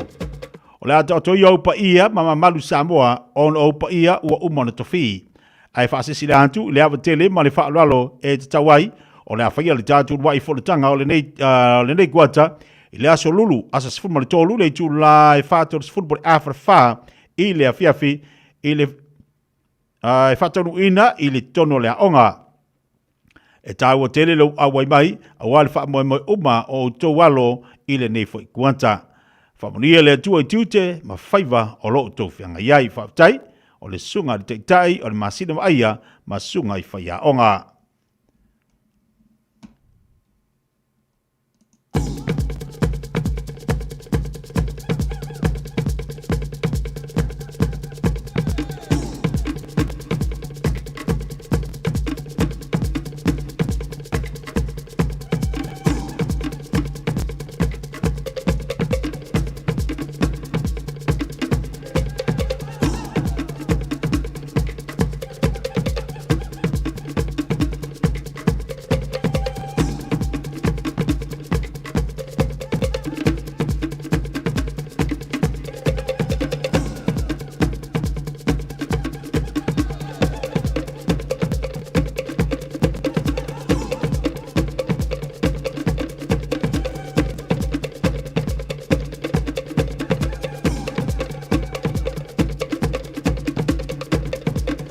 Ya, le wawai atu paula yo tatu whasilanga, paune yo tatu whasilanga lo tanu mai lunga tatu poklame le ia oli, ia ile mafutamai le tatu wa tunu. Se balte bale watiru wa afatonu nei, ia le tu la tasi, mai le tatu whafifianga lea, ia le tani mai fo ila ia lea watu tatu poklame le avetoleo la tau maftanga whalenganga, mo tatu le nei fo yaso. Malo lava le pale, malo fo le whamalosi ngā luenga, mo tatu iwa ngā iatu le toi amtari o ngā luenga, ia on sai tatu lea fu wala mahai a lea so lua. Aso lulu foi ia ona uma foi lo nei aso ia e ole on saia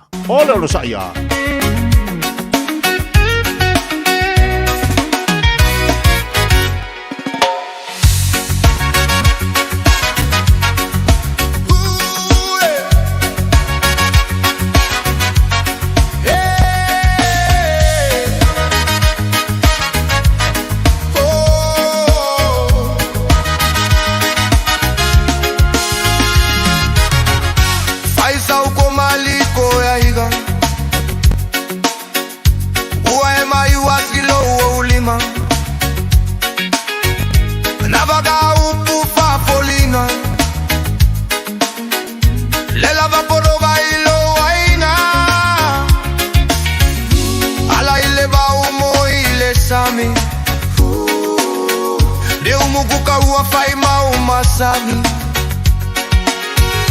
kasi leo ye masai sai ye fesu yai malobu ofu vale ole anelo mapua magawe sao makaua sea kokingonga ile atua uagalo la ukautua le consiga safai asoma lobu ano fasa fame melo pelo koyo pa mai mi sole sunga fai ma se alofa fa mole mole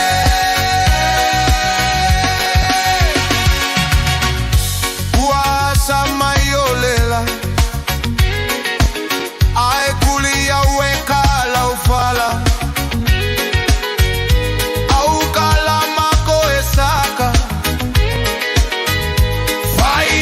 mole manava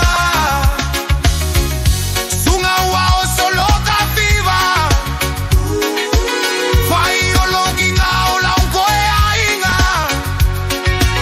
la koe foi lo me ilonga ainga fai ole bae ole mai leila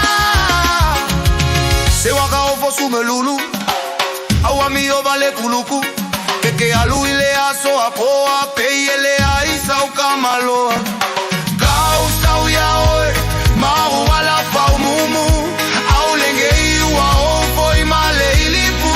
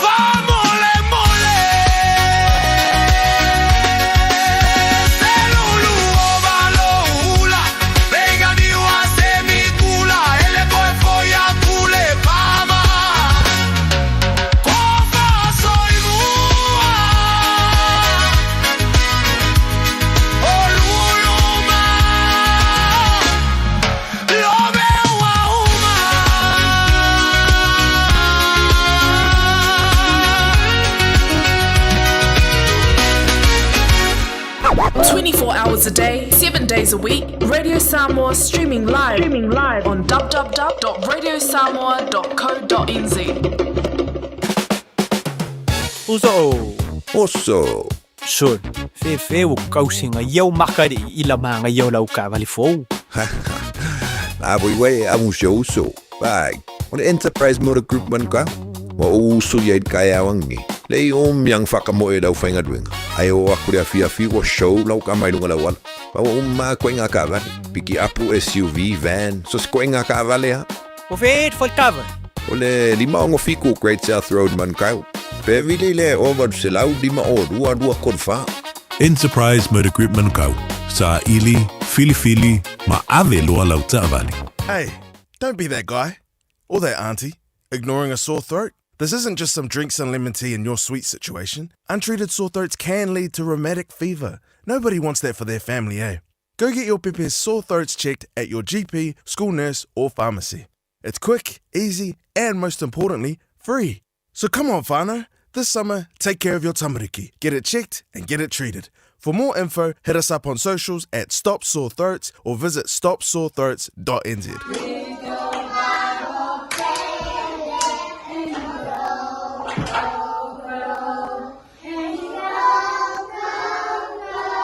Sa ili sea o ngā amata e talawhea ngai mo lau whānau witi.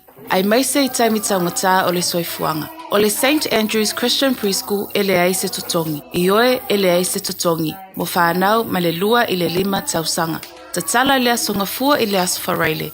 Iwa I le tae au anga I le tolu I le afiafi. Vili mai loa le St. Andrew's Preschool I le oiva, lua fituono wha 5 tolu wha. Lua fituono wha 5 tolu wha.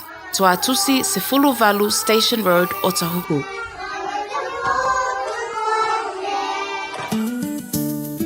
Le Shine Dental, lau fale fa inifo fa moina. La tau te whaia fofa tal no ango unifo. Ia so lulu tai tasi. Tele e wala e me whaia na tutongi ai lau tong fitinga.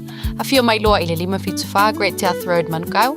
Bevili mai le lua fitu fitu o no wha. Lua fitu fitu o no wha. Mo le Shine Dental e ia inga whapito. Mō tā penanga o wha te tele, whaafisot ta I le Lux Tent Rentals. Maua whale ie, nufoa, lau, stage maisi. Veri mai loa sa Taj Singh I le olua lua, 5 tasi o, 5 lua tolu. Olua lua, 5 tasi o, 5 lua tolu. Radio Samoa. Tas 5 tolu. Amo. Bread of life sent down from glory. Many things you were on earth, a holy king, a carpenter, but you are the living word. Say it now. Come on.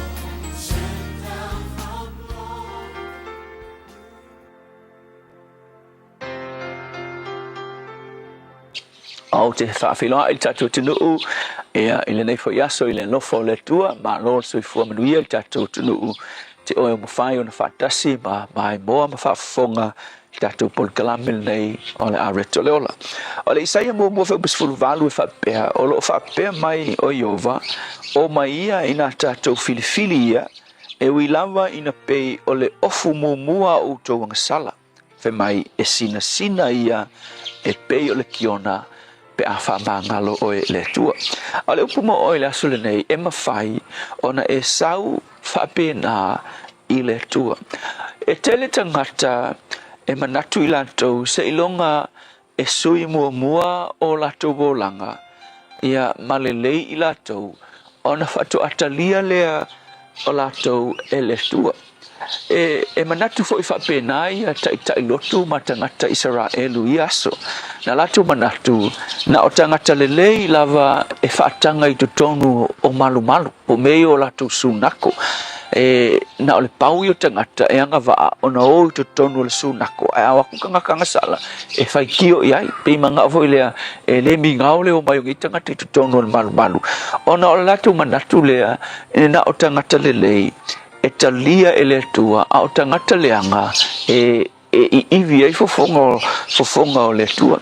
Ai kilo, e e vai tu spa ia le fa pena Yesu ina wa fio mai Yesu e sela na vai le masangi o nga feita tanga te Israel ma fa ia Yesu se ale me ma fukai la o to wa o matangata nga sala fai mai foi le sia li farsaio na fai mai ina o saule fa fine muri dua wa Yesu fai mai lantala anga se kanga kamo ia Yesu o le tu se mangu nga ke lole le awa tanga sala le e le te tanga saule fa finge nga sala kongui e te vai e fa fine sa Maria ngali liu e Yesu nga sau nga sala ia Yesu o le fa fine muri lua nga au mai te ngate tau ai ma o ngol finge nga sala o le fa finge muri lua nga sala ai na fa mangalo a Yesu i le tūlanga sa iai o ia o sa kaio o le sifi o inga ngoi ai nga sau fo ia Yesu e le fa pe o sau ke ala ngoi e sau ia Yesu o le makua sifi o ngoi ai na suia e Yesu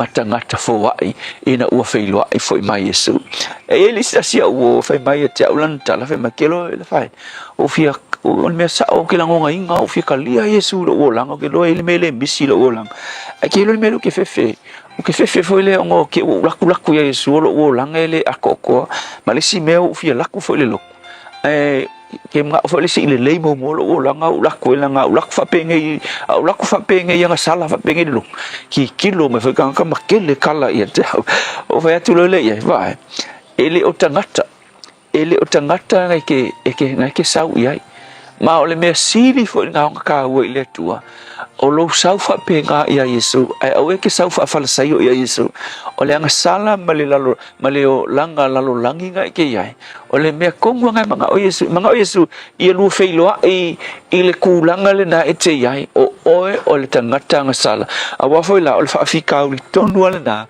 nga sau Yesu e diol male nga sala ele isau Yesu e diol mai kanga kale fa mertala foi la Yesu o ke le isau mo e malolo a o e mama o te le isau mo e a miotonu a o e nga sala nga sau se i fe kaui mar kanga sala ina ia pa u ilalo le tūlanga nga sala o iai ai fa ia ina le tangata ma fa o la ina le tangata so le upu foi la le mo o e ile aso le nei o lo fa pe mai ova vai foi la le tala fe mai o lo fa pe mai ova o mai ia fe mai o mai ia e ui ina pei o le ofu mumu nuinga fe mai e ui inga makua mumu ula o kou ile anga sala fe mai tala le tua o mai ia o le invite mavala au kule tu tangata Israel le kou kuranga anga sala ngai o mai male loko mawalala a esau male anga sala male loto mawalalo e mawhai le tua o nga suia lo wolanga ke loa o le good news male tala Fiafia mo oe e mawhai Yesu o na suia le anga sala mu ula nga fea ngai ma oe le tua le ala wase mea o fefe ili tangata e sau ia te oe na e fetalai so se tasi e sau ia te oe ma se avenga e te talia o ia o oe e te aveina lana avenga whaafika Yesu e te le tulia i mātou Amen.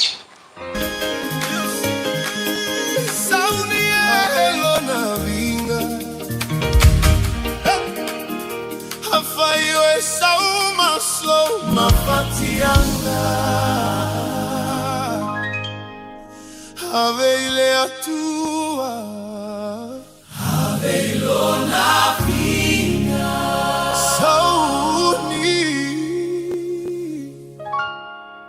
amen. Let's go.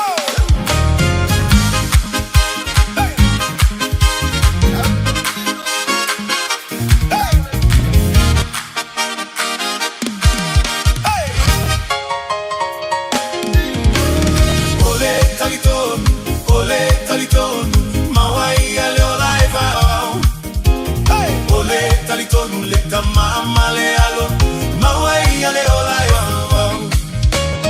Ole taliton, mawai ale olai wow. Ole taliton leta mama le alo, mawai ale olai wow. He a otonu ile langi, ole a osavali ai, ile olai wow.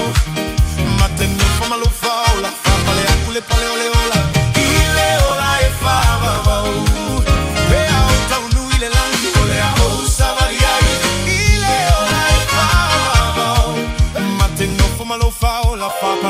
Pale ole ola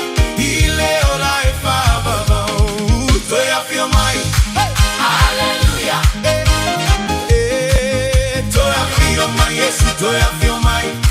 Hallelujah. Oh, yeah. Toya fio mai Yesu. Toya fio mai. Hallelujah. Toya fio mai Yesu. Oh, ma. Tawatile la lolangi. Toya fio mai Yesu. Oh, te tautino atu. Male fa maoni. Toya fio mai Yesu.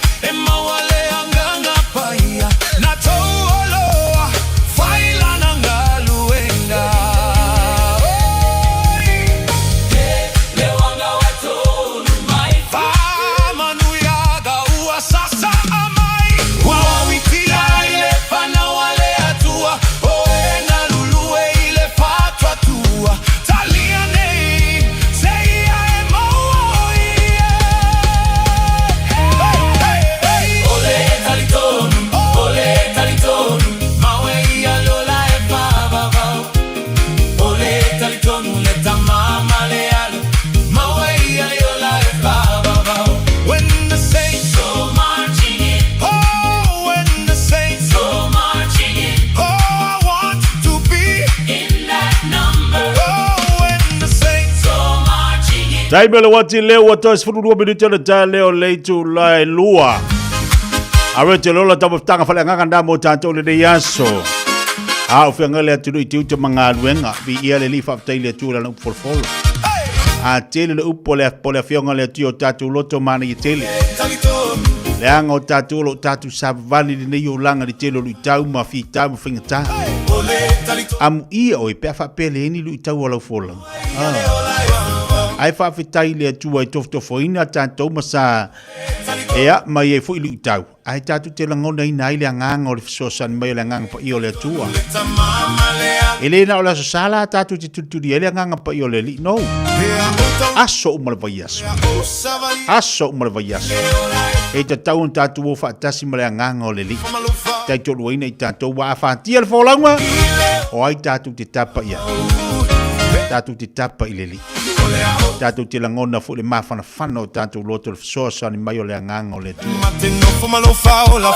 tawal ngo toile o pokala me fala nganga mo tatu le sole aso lu le nei pa malo fa te tatu wa ia fa fe taifo ia oi tai at o te talo lo loto te talo le bono me fa ne fa fonga mai Ia fiong pa ia le tua le fu tatu ti falongolongo ia sai so se fata faitau ma so la Yesu. Toi tali wati tiu te bangaru to tele lo po le lo fo le tulu. Ma lo la fa ma lo. Atalo fati di so tatu pa anga mala tatu ai ngolo mafuta mo Samoa. Tasi olo tesi mal tasi fa mo. Pa fitai le mafuta ba ilungo tatu po. Kalabe nisi leo tatu fa linga. Ashik Homes Limited. Wala taimi mua moana nei o mawhai ai ona rent to buy. E yeisau kiwi save money nei e talafu. E mawhai ona mātou fisoswani. O le finance e mawhai ona amata mai I le 5% le deposit. Whaatau sao mai I lātou e whausia whale. Whaingo fie mawale. Ashik Homes Limited. Whafso tai mai loa Shemaima I le olua tasi lua fitu o valuli maiva. Olua tasi lua fitu o valuli maiva. Ashik Homes Limited. Amata ile aso mo se tae au manuia. O tau sa ili se sa mo lo ainga. Po tau sa ili sa masini tutua pe o le Hilux ma le Ford Ranger. O le au nanga ale kaseti e whaafai mo fie mea uma. E te alu malau ta avale. Ua e malie atu atoa. Talia le titongi vaiaso, lua vaiaso, pe maasina foi. Tu atoa lo whaatuatuanga I le kaseti. Tala fitu aso, tu atu si fitu tasi, East Tamaki Road, Papatoetoe. Telefoni lua fitu fitu, ono fitu lima fitu. Lua fitu fitu, ono fitu lima fitu. Sunga, o whenga whakao elo ka wale fō maunga Max Ila. Senga uka amilo i au kilani. Mo koe fōi mai lawa I o tara I le Tire World and Auto Limited. Lea mau aiso skoi ngā mag ma pa uka avar. A ole me piko sidi. E ngā le lua lima ka alalwa ia so le kokong. Le Tire World and Auto Limited e te maua I ta wale ma pa utau ngō fie ia New Zealand antoa. Mo fo I se ti mag wheels mo so se tu ai ngā ta wale ma le telo isi au unanga. Warren Fitness I le na ole se fulu tala pe ai wha I lo i eina e wha afafonga le Radio Samoa I nei wha abitoa.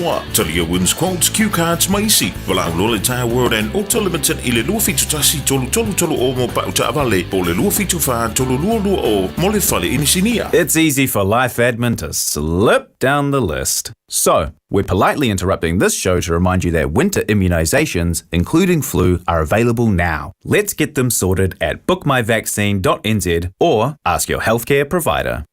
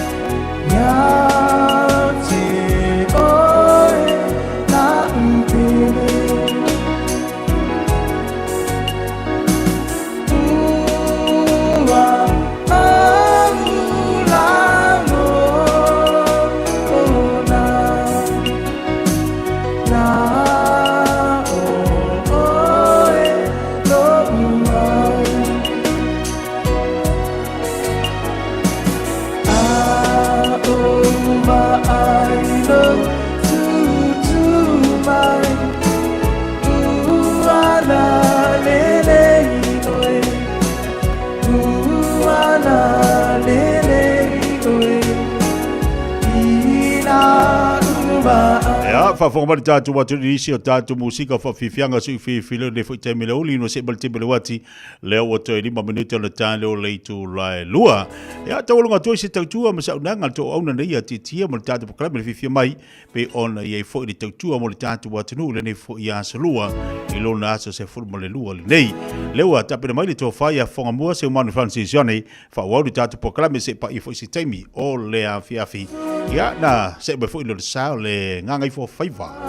Whionga le atau sa vea Al Harrington la vea whawhiwhina le tātu watu numanisi o tātu pakalame whanga solo se pa I se taimi o le a fiafia nei. Pawai mola tātu whilo I le aso ata eo le lofo mo le anga leo le tua. Tātu wina I tātu o le ngang o le tātu o le I Sosani.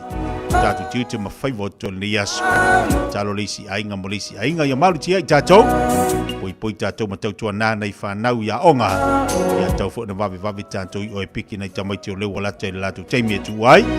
Ai le leila walo walma ave se whamaru. Ia po se o whaatemu nei te ua tō unumai nei timonga.